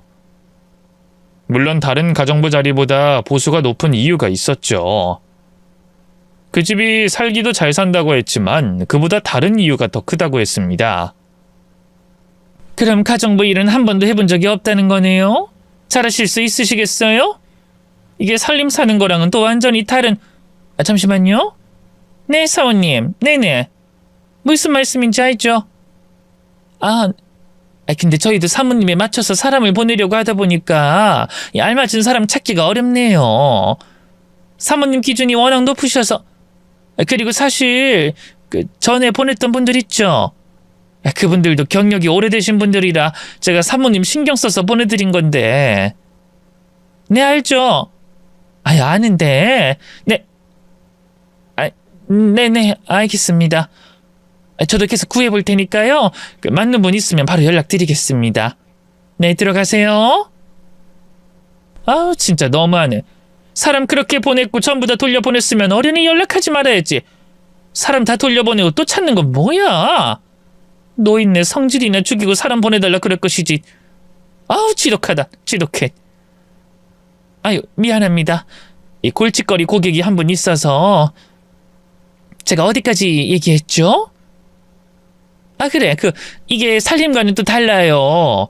이 살림 살아주는 것도 고객마다 달라서 다 맞춰줘야 하고, 방금 전화 온 할머니처럼 성격 희한한 분들도 있어서 그런 분들 성격도 맞춰줘야 한다니까요.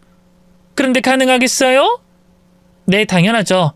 저 어떤 집이든 어떤 분이든 맞춰서 할 수 있어요. 근데 방금 전화했던 할머니 말이에요. 그 할머니 기피 대상인 것 같던데 혹시 페이는 어떻게 되나요? 왜요? 할머니 집 맡으려고? 에이, 안 돼요, 안 돼. 방금 내가 한 말 못 들었어요? 그 집 갔다가 나가 떨어진 아줌마들이 몇 명인데 이제 막 가정부 일 시작하는 사람이 그 할머니를 맡으려고 해요. 그 집 말고도 일할 수 있는 집 많으니까 관심 꺼요. 아줌마 나이가 젊어서 아이 있는 젊은 부부 집에 가면 딱 맞아요. 그런 곳이 상대적으로 일하기도 쉽고요. 그럼 사는 곳이 가까워야 급한 일이 있어도 갈 수 있으니까 어쨌든 그 할머니 집 페이는 좋은 거죠? 제가 맡을 수 있는 집 중에 그 할머니 집보다 페이 좋은 곳은 없는 거죠. 그럼 제가 그 할머니 집 할게요. 저 절대 안 나가 떨어져요. 끝까지 버틸 수 있으니까 그 할머니 집에서 일하게 해주세요. 네? 아니 이게 쉬운 집이 아니라니까 그러네. 아줌마 그 집 말고도 할 집 많아요. 우리도 아줌마가 일 그만 안 두고 계속해야 돈을 벌어서 말하는 거예요.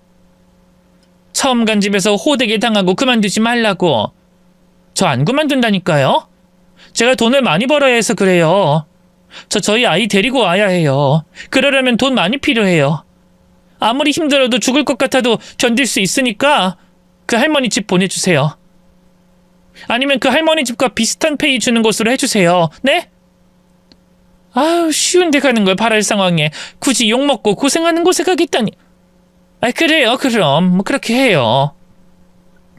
대신 아줌마 도망가면 안 돼요. 진짜 버텨야 해. 아줌마를 위해서도 날 위해서도. 알겠죠? 그 집 의뢰인인 할머니께서 벌써 여러 사람을 갈아치웠다고 했어요. 그러니 이제 가정부 일을 처음 시작하는 제가 못 버틸 거라며 업체 사장님이 극구 말리는 겁니다. 하지만 제 입장에서 같은 시간 같은 일을 하고 돈을 더 받는다고 하는데 안 할 수가 있나요?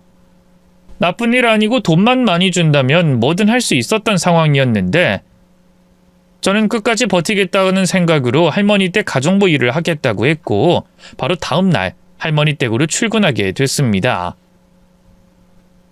무슨 일이 있어도 할머니 댁에서 버텨 아들 승훈이를 데려올 돈을 모으겠다고 단단히 마음을 먹고 간 만큼 크게 당황할 일은 없을 거라고 생각했어요. 첫 출근 날이었지만 욕먹을 각오까지 하고 갔으니까요. 그런데 마음 단단히 먹고 들어선 할머니 댁에 들어가자마자 저는 놀랄 수밖에 없었습니다. 주인 할머니로 보이시는 분께서 문을 열고 들어오는 저를 벌써부터 마음에 들지 않는다는 표정으로 노려보고 계셨거든요. 그리고 뒤이어 아무것도 하지 않은 이제 막 집에 들어온 저를 꾸짖기 시작하셨어요. 사장놈이 누굴 보냈나 했더니 피덩이를 보내? 이제 이것들이 사람 보냈는데 열심히 하지 않겠다는 거지? 아주 날 물러보고 있어. 아줌마 올해 나이가 몇이요? 아니지. 여기 사장이 뭐라고 말하면서 보내든가? 적당히 일하다가 내쫓기면 된다고 하던가? 열심히 안 해도 된다고 해? 아니요, 사모님. 제가 잘할 수 있어서 제가 사모님 댁으로 가겠다고 말했어요. 제가 나이는 어리지만 사모님 마음에 쏙 드실 수 있게 잘할 수 있어요. 저 살림 잘 살아요. 얘기 들어보니까 사장놈이 귀찮아서 아줌마를 우리 집으로 넣었구만. 모른 척 하려고 하니 내가 귀찮고 나한테 시달릴 것 같아서. 에이구, 이 고얀 놈. 이런 짓이 사람 오장육부 더 꼬이게 한다는 걸 모르나 보지? 아줌마, 나도 죄 없는 아줌마들한테 신경질 내고 화내면서 쫓아내기 싫어. 아줌마들도 일 못하고 싶어서 일 못하나? 배운 게, 할 수 있는 능력이 그것밖에 안 돼서 그런 거지. 그러니 괜히 나 때문에 기분 나쁘기 싫으면 나가. 나가서 거기 사장한테 제대로 된 가정부 올 때까지 100번이고 1000번이고 전화할 거니까 이딴 짓 할 생각도 하지 말라고 해. 업체 사장님이 말씀하신 것처럼 할머니 성격은 보통이 아니었어요. 제가 다른 가정부 아주머니들보다 나이가 어려 보인다고 하지만 일하는 거 한번 지켜보지 않고 다짜고짜 나가라고 하는 걸 보면 말이죠. 그런데 제가 그 정도의 모습에 물러설 사람이 아니었습니다. 예전이면 괜히 부딪히기 싫어서 돌아섰겠지만 그때는 달랐어요. 머리채가 잡힌 것도 아닌데 포기할 수 없었습니다. 아니, 그땐 머리채를 잡히게 되더라도 욕을 먹어도 돌아설 수 없었어요. 제 아들을 데리고 오려면 돈이 필요했으니까요. 사모님, 오늘 하루만 저 써보시고 마음에 들지 않으시면 그때 말씀하세요. 아니, 마음에 안 드시거나 제가 부족한 점이 있으면 말씀하세요. 빠르면 다음날, 늦어도 일주일 안엔 사모님 마음에 들게 하겠습니다. 저 사모님 댁에서 일하겠다고 자원했어요. 업체에서는 일이 힘들 거라고 해야 할 게 많을 거라고 했지만 제가 잘할 수 있다고 고집 피워서 오게 됐다고요. 사모님 마음에 쏙 들도록 할 테니까 제발 일주일만 써보세요. 네? 뭐? 아줌마, 돈이 전부가 아니야. 사람이 무시당하고 자존심 구겨지면 그게 평생 남아. 나도 괜히 엄한 사람 욕하며 들들 볶고 싶지 않고. 근데 우리 집 찾아온 가정부들 보면 그게 안 돼. 사람 너무 열받게 해서 뒤엎어버리고 싶다니까? 그러니 괜히 돈에 눈이 멀어서 고집 피우지 말고 가. 가서 사장놈한테 내 밑에서 무슨 말을 들어도 버티고 집안일도 제대로 할 줄 아는 사람 데려오라고 해. 어서! 아니요, 못 가요. 안 가요. 제가 하겠습니다. 제가 잘할게요. 뭐부터 할까요? 아, 조금 전에 식사 마치셨나 보네요. 설거지부터 하고 무슨 일 해야 하는지 제가 찾아볼게요. 앞치마는 제가 가져온 걸로 해도 되겠죠? 이 아줌마가 어딜 들어와? 앞치마 풀어! 아니, 설거지하지 말라니까! 대치 상태로만 있다간 일도 못하고 돌아가게 될 것 같아서 막무가내로 할머니 집안으로 먼저 들어갔어요. 얼핏 주방에 보이는 설거지거리를 보고 설거지하겠다며 집안으로 발을 들였죠. 당연히 주인집 할머니는 제가 주방으로 가 고무장갑을 낄 때까지 나가라며 화를 내셨지만 이악 물고 못 들은 척하고 꼼짝하지 않는 저를 내보내실 수는 없었습니다. 그리고 그 막무가내식 행동 때문에 할머니도 제 각오를 아셨는지 설거지가 끝나고 난 뒤에도 제게 나가란 말씀을 하지 않으셨죠. 대신 저를 노려보며 제 행동 하나하나를 감시하고 평가하듯 지켜보셨어요. 하나만 걸려보라는 표정을 짓고 있었죠. 할머니 지적 한 번이면 일을 그만둬야 했고 아들을 데려오는 일이 한참 멀어진다는 걸 알았던 저는 행동 하나하나 생각하고 끈기는 일 없이 집안일을 하나씩 해갔어요. 할머니께서 먼저 말씀하시기 전에 하고 있는 일을 마치기 전에 집안을 둘러보고 할 일을 계획해서 했죠. 그러니 절 노려보고 있던 할머니의 표정도 놀람과 동시에 조금씩 풀어지기 시작하셨습니다. 그런 할머니의 표정에서 자신감을 얻은 저는 일만 하는 가정부가 아니라 할머니 말상대도 되는 가정부가 될 수 있다는 보여드리는 점수를 따려고 했죠. 집이 너무 예뻐요. 이런 집에서 일하면 힘든지도 모르겠어요. 나무 루바 하나하나 오래됐는데도 관리가 잘 돼서 보는 재미도 있고 저런 기둥도 다른 집과는 달라서 재밌고 말이죠. 이 집 지으실 때 돈 많이 드셨겠어요. 처음부터 가족분들과 오래 사시려고 지으신 거죠. 그러지 않고서야 이렇게 정성 들여 짓기 어려운데. 옛날엔 집 지어서 장사하려는 사람이 있었나? 다들 가족들과 평생 살 집 지으려고 짓지. 그래서 돈 많이 들였어. 여기서 아들네랑 손주네랑 오래오래 같이 살려고 말이지. 결국엔 나 혼자 살고 있지만. 자제분들과 따로 사시는구나. 하긴 세상 변하면서 가치관도 변하니까요. 요즘엔 부동산이 꼭 사는 집의 의미뿐만 아니라 돈이고 재산이잖아요. 남들 부동산으로 다 돈 버는데 나만 가만히 있을 순 없으니까 다들 나가 살기도 하죠. 그래도 자제분들께서 자주 찾아오시고 댁에 오면 좋아하시겠어요. 내가 살던 집이 자랄 때 모습 그대로 유지하면 추억도 더 생생하게 나고 자식들에게도 설명할 일도 생기잖아요. 아마 나중에 자제분들도 나이 들면 여기로 와서 지내려고 하시지 않을까요? 집도 큰데 관리도 잘 되고 거기다 앞에 정원이 있어서 집에만 있어도 휴식이고 전원 생활하는 것 같잖아요. 아유, 말 좀 그만하고 이제 일해. 일 좀 잘하나 싶었더니 왜 이렇게 쫑알쫑알 말이 많아? 난 말 많은 사람 딱 질색이야. 그러니까 그만 말해. 분위기 좋게 대화를 잘 하고 있었는데 갑자기 할머니께서 제게 다시 짜증을 내시더라고요. 그 성화에 입을 닫고 일만 했습니다. 행여 말 꺼냈다가 어렵게 들어온 집에서 쫓겨날까봐 말이죠. 말 많은 게 싫다고 하셨으니 입 다물고 일만 열심히 하기로 했어요. 그렇게 한시도 쉬는 시간 없이 일 마치는 시간까지 집안일을 다 했습니다. 조금이라도 잘 보이기 위해 원래 일 끝나는 시간보다 조금 더 일했고 할머니께서 드신다는 음식도 바로 데워서 드시기만 하면 될 수 있게 준비를 해놨죠. 그 정도 했으면 조금 전 말 많다고 지적받았던 일도 만회할 수 있을 것 같다고 생각했어요. 마지막 인사만 잘 드리고 나가려 했죠. 그런데 그때 할머니께서 절 붙잡으시는 겁니다. 그때 가슴이 쿵 하고 내려왔는데 만약 내일부터 나오지 말라고 말하시면 어떡하나 싶더라고요. 저는 잔뜩 긴장한 채로 할머니께 가까이 갔습니다. 잠깐만. 아침부터 쉬지도 않고 고생했는데 그냥 가면 어떡하나? 갈 때 택시라도 타고 가. 고생했는데 사람한테 치여서 가지 말고. 아니에요. 저 쌩쌩해요. 이 정도 가지고 힘들다뇨. 그리고 저 계약서에 적힌 돈 이외에 다른 돈은 받아서는 안 돼요.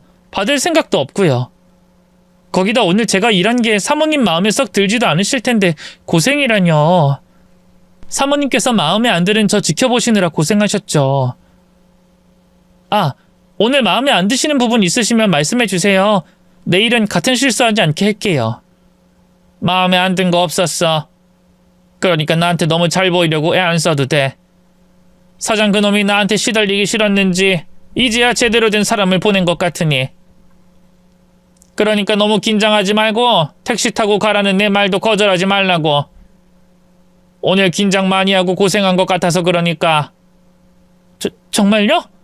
제가 마음에 안 들게 행동하지 않았나요? 감사합니다. 정말 감사합니다. 근데 택시비는 그래도 괜찮습니다. 집도 얼마 멀지 않고 사모님께 돈 받아가는 것도 불편해서요. 마음만은 정말 감사히 받겠습니다. 그 끝까지 내 마음에 들려고 말하는 건가? 아니면 사람이 진짜 내 마음에 드는 건가?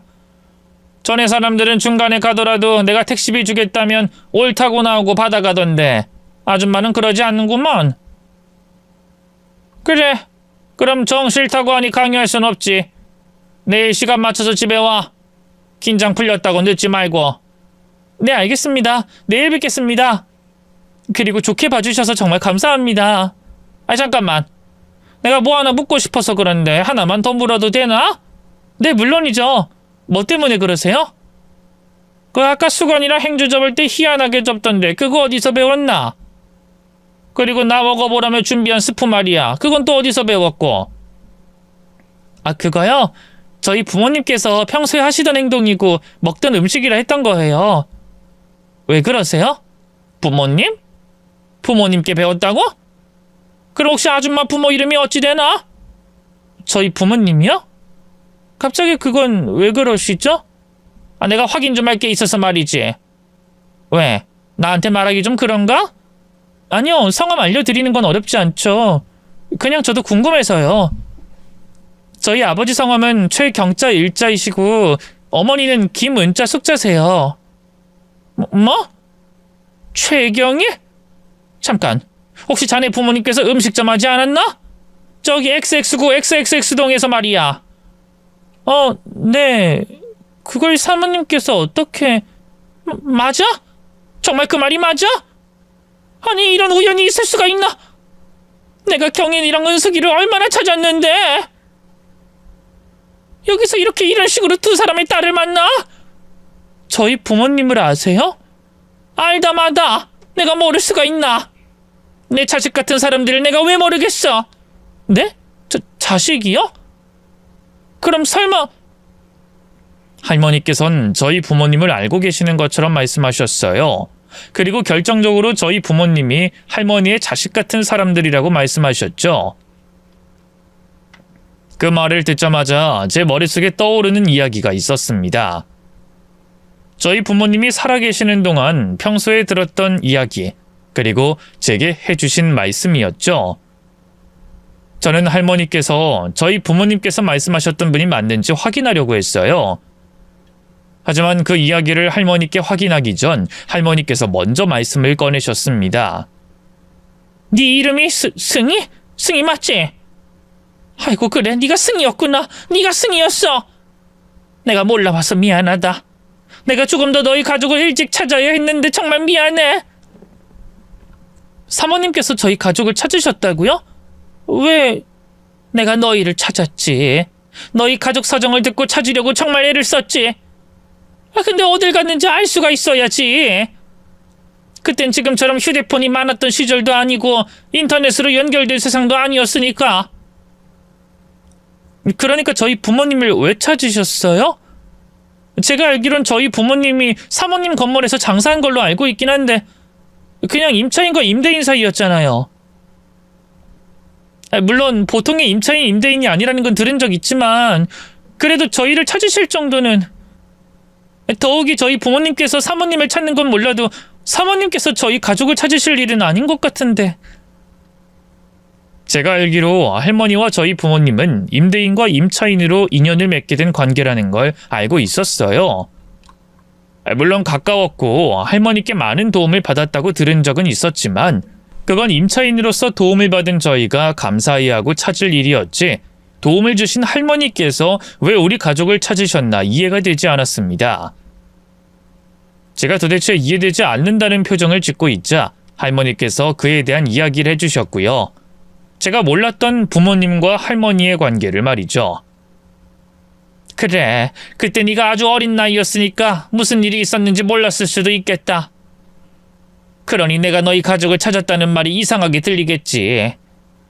근데 너희 부모님과 나는 그런 사이였어. 비록 피로 맺어지진 않았지만 서로를 정말 아끼고 애정을 쏟아부어주는 관계 말이지. 그러니까 그 관계에 대해 말하려면 내가 살아온 삶부터 얘기해야 하겠구나. 나는 참 기구한 여자였어.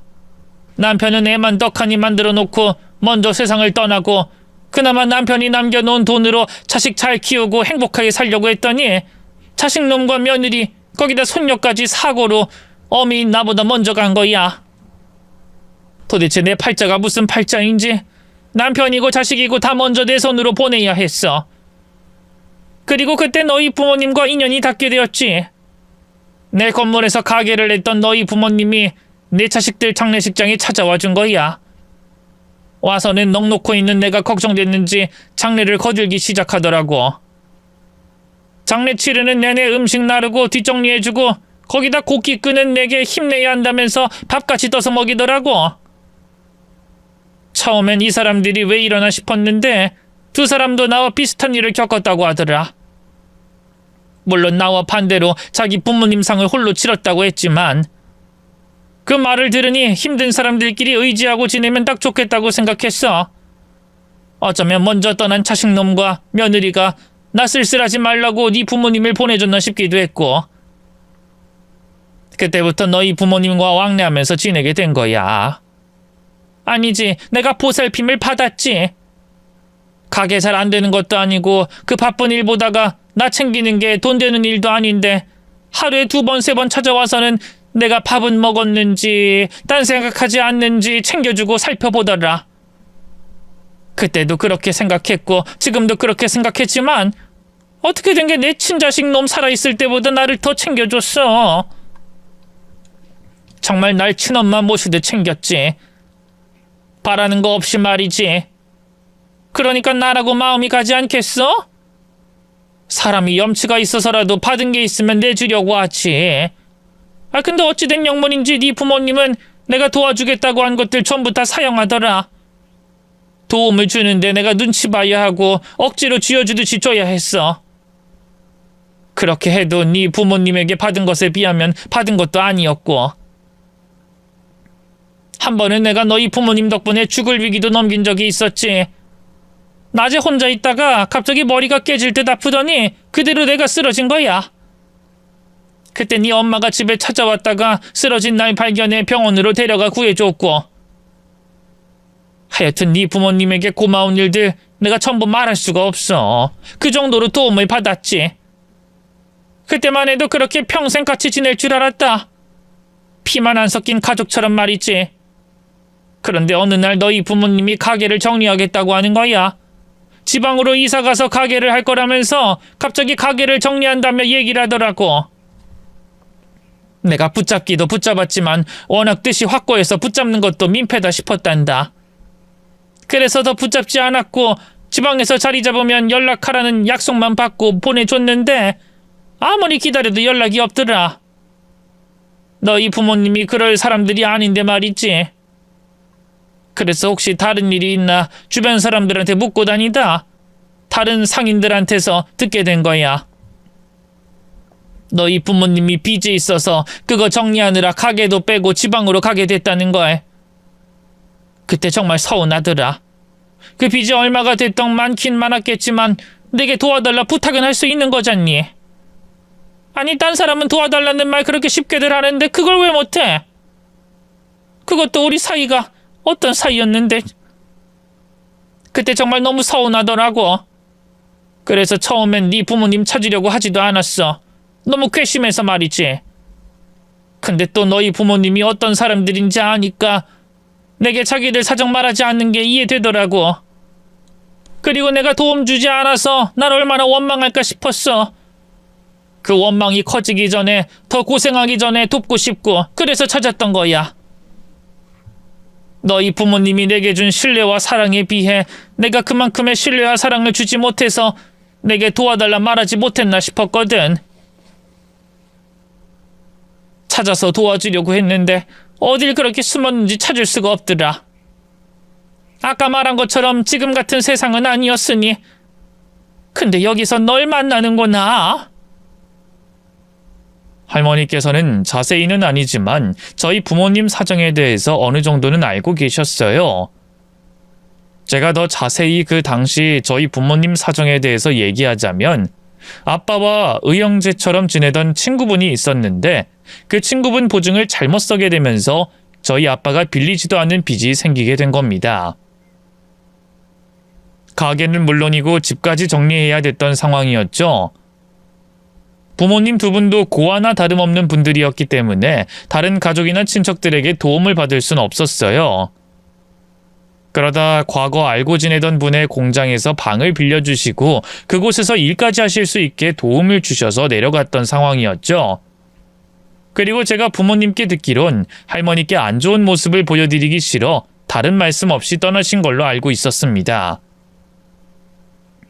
상황이 나아지면 그때 다시 연락하려고 하셨는데 그 전에 사고가 나며 세상을 떠나신 거죠.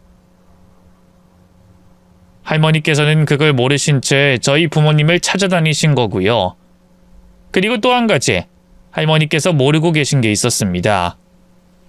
제가 저희 부모님께 들었던 할머니와의 이야기를 떠올리면 어렴풋이라 자세하진 않지만 항상 고마워하셨거든요. 건물주인 할머니에 대해서 항상 좋은 말씀만 하신 게 기억났어요. 그 이야기를 할머니께 해드리고 마음의 짐을 내려놓게 하고 싶었죠. 원망이라뇨. 저희 부모님께서 항상 할머니에 대해서 좋게만 말씀하셨는데요. 부모 사랑 못 받은 두 분께 부모의 사랑이 무엇인지 느끼게 해주셨다고 했고, 가게 월세라든지 편이라든지 항상 먼저 신경 써주셨다고, 그래서 덕분에 가게를 자리 잡을 수 있었다고 사모님 얘기 나올 때마다 말씀하셨어요. 집안 사정에 대해서 솔직하게 말씀드리지 못한 것도 아마 사모님께서 저희 부모님 도와주실 거라는 걸 아니까 패기치는 게 싫어서 솔직하게 말씀 안 하셨을 거예요. 사모님 생각을 진짜 많이 하셨거든요. 어느 정도였냐면 제가 분명 저희 할머니 두 분이 안 계신다는 걸 아는데 사모님에 대해 부모님께서도 하도 말씀을 많이 하시니까 혼란스러울 정도였어요. 그러니 저희 부모님이 원망했을 거라고 도움 못 줘서 미안하다고 말씀하지 마세요. 저희 부모님은 항상 사모님께 고마워하셨으니까요. 그럼 다행이고, 그럼 내가 너희 부모님 만나도 한결 마음이 편하겠다. 그래, 지금은 집안 사정이 좀 나아졌고? 아니면 아직도 사정이 안 좋아? 너희 부모님이면 뭐든 묵묵히 잘할 사람들이라 분명 어려운 상황도 이겨냈을 텐데. 그게 두 분 지방에 내려가고 몇 달 안 돼서 사고로 돌아가셨어요. 두 분이 돌아가신 지 벌써 30년도 더 넘으셨고요. 뭐라고? 경일이 은숙이가 죽었다고? 그것도 30년도 더 전에? 아이고 이게 무슨 일이야? 아니 하늘도 어쩜 내게 이러실 수가 있어? 내 남편, 내 자식, 그리고 며느리 손주까지 빼앗아가더니 이젠 내 자식같이 생각하던 두 사람까지 내려가? 아니 이게 어떻게 이럴 수가 있어? 그 열심히 사는 사람들, 같이 붙어만 있어도 행복한 사람들을 어떻게 이리 보낼 수가 있냐고? 승희 얘도 어렸을 텐데. 아유, 죄송해요. 제가 두 분 이야기 먼저 말씀드리려고 했는데 얘기를 하다 보니. 네가 왜 죄송할 일이냐? 전부 하늘이 무심도 하셔서 그렇지. 그럼 넌 어떻게 지낸 거야? 네 부모님 가족이 없었잖아. 네, 그래서 고아원에 맡겨졌어요. 위탁가정도 몇 번 돌아다니기도 했고요. 근데 제가 많이 모자란 건지 하나같이 좋은 분들을 만나지 못해서 거기다 최근에는 남편이 바람 피운 걸 알고 이혼까지 하게 됐어요. 나이 어린 제가 가정부 일하게 된 것도 남편과 이혼하면서 빼앗긴 아들 데려오려고 돈이 필요해서 왔고요. 그래서 아까도 사모님이 저 내쫓으려고 하시는데 버티려고 했던 거예요. 아유 이봐. 내가 그때 도움을 줘야 했는데 내가 두 사람에게 진짜 친부모처럼 느껴지게 했어야 이런 비극이 벌어지지 않았을 건데 전부 나 때문에 내가 덕이 없어서. 아이, 그렇게 생각하지 마시라니까요. 저희 부모님, 사모님 덕분에 떠나시기 전 좋은 기억 만들고 가실 수 있었을 거예요. 워낙 외롭게 자란 두 분이고 비슷한 분끼리 만나 그런 정과 사랑은 느껴보지 못했으니까요. 그러니 미안해하지 마세요. 네 부모님이 내게 한 걸 생각하면 그래도 이건 내 죄다. 내 잘못이야. 승희야, 내가 진짜 미안하다. 나 때문에 네 부모가 네가 그런 일을 겪었어. 나 때문이야. 저희 부모님이 세상을 떠나셨다는 이야기를 듣고 할머니께서는 오열하셨어요. 그리고 자기 탓이라며 자신의 가슴을 부서져라 두들기셨습니다. 오히려 할머니께서 가지지도 않아도 될 마음의 짐을 안고 계신 것 같아 저는 할머니를 말리며 저희 부모님의 마음을 대신 전했어요. 흥분한 할머니께서 마음이 가라앉을 때까지 안아드리고 있었죠. 그러다 흥분한 마음이 진정된 할머니께서 제게 뜻밖의 제안을 하셨습니다. 너무 놀라 거절할 수밖에 없는 제안을 말이죠. 그래, 그 아들 이야긴 뭐니? 남편이 바람을 피웠다고? 어쩌다 그런 남자놈을 만나서. 아니다. 네가 누구 밑에서 컸는데 누구 자식인데 네한테 문제가 있겠어? 거기다 오늘 일하는 거 하루만 봐도 네가 어떤 아이인지 어떻게 살아왔는지 다 안다. 그놈이 못된 놈이겠지. 내가 도와주마. 내가 어떤 식으로 도움을 주면 되니? 네? 도움이요? 이미 충분히 도움 주셨어요. 내일 또 나오라고 하셨잖아요. 이제 일하면서 돈 벌면 제 아들 데리고 올 수 있을 거예요. 내가 이제 살면 얼마나 산다고 또 내가 후회할 일을 만들겠니? 내가 너 도와주지 않으면 내 마음이 불편해서 안 된다. 아니, 하늘나라에 올라가서 너희 부모 얼굴 볼 수가 없어. 내가 도와주마. 돈이 얼마가 됐든 시간이 얼마가 됐든 내가 도와줄 테니 말만 해라. 아니에요. 정말 도와주지 않은... 그냥 좀 내가 돕게 놔둬. 내가 이 나이에 돈만 잔뜩 쌓아두고 뭘 하겠니? 물려줄 자식도 없어. 손주도 없어. 늙은 내 몸뚱이 하나인데 가지고 있어서 뭐하냐고. 그리고 자식이랑 오래 떨어져 있으면 안 되는 건 몰라? 아들 안 찾고 싶어? 내가 도와줄 테니 잔말 말고 받아라. 받아서 애 찾아. 아니지. 이렇게 된 거 네가 내 손녀 하자. 내 밑으로 오려면 딸로 해야 하나? 어쨌든 내 곁에서 지내. 내 곁에 있다가 나 죽거든 내 재산 네가 다 물려받아라. 이제까지 한 고생들 싹 잊게 내 돈으로 아들과 행복하게 살아. 알겠어?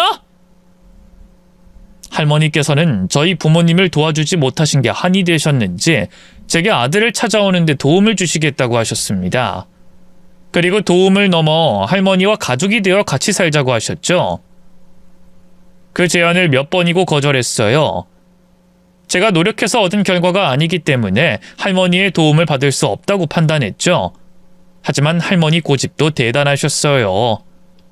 거기다 원래 고집에 저희 부모님과 저에 대한 미안함 때문인지 제 입에서 그러겠다는 말이 나올 때까지 붙잡으셨습니다. 저는 할머니 도움을 받아 아들을 다시 되찾아올 수 있었고 할머니 곁에서 저희 부모님께서 하신 것처럼 챙겨드리게 되셨습니다. 다른 사람들이 할머니의 양손녀가 된 저보고 할머니 보호 아래 지내며 그 많은 재산을 물려받게 돼서 좋겠다고 부럽다고 하는데 사실 저는 할머니께서 물려주시겠다고 한 돈에 대해서는 아무런 관심이 없어요. 그것보다 할머니를 만나 오랫동안 느끼지 못했던 사랑과 정을 느낄 수 있는데 만족하고 제 아들 승훈이도 저만이 아니라 할머니의 사랑을 받을 수 있는 것에 가장 만족하고 있습니다. 그리고 바르게 살아오신 저희 부모님께 감사해 하고 있어요. 부모님께서 베푸신 사랑을 제가 돌려받고 있으니까 말이죠. 이렇게 항상 바르게 살면 그 복이 다시 저에게, 제 자식에게 돌아온 것 같습니다. 그러니 여러분께서도 항상 베푸시는 삶 사시길 바라겠습니다. 그럼 전 여기서 사연을 마칠게요. 제 사연 끝까지 집중해 읽어주셔서 감사드립니다. 안녕히 계세요.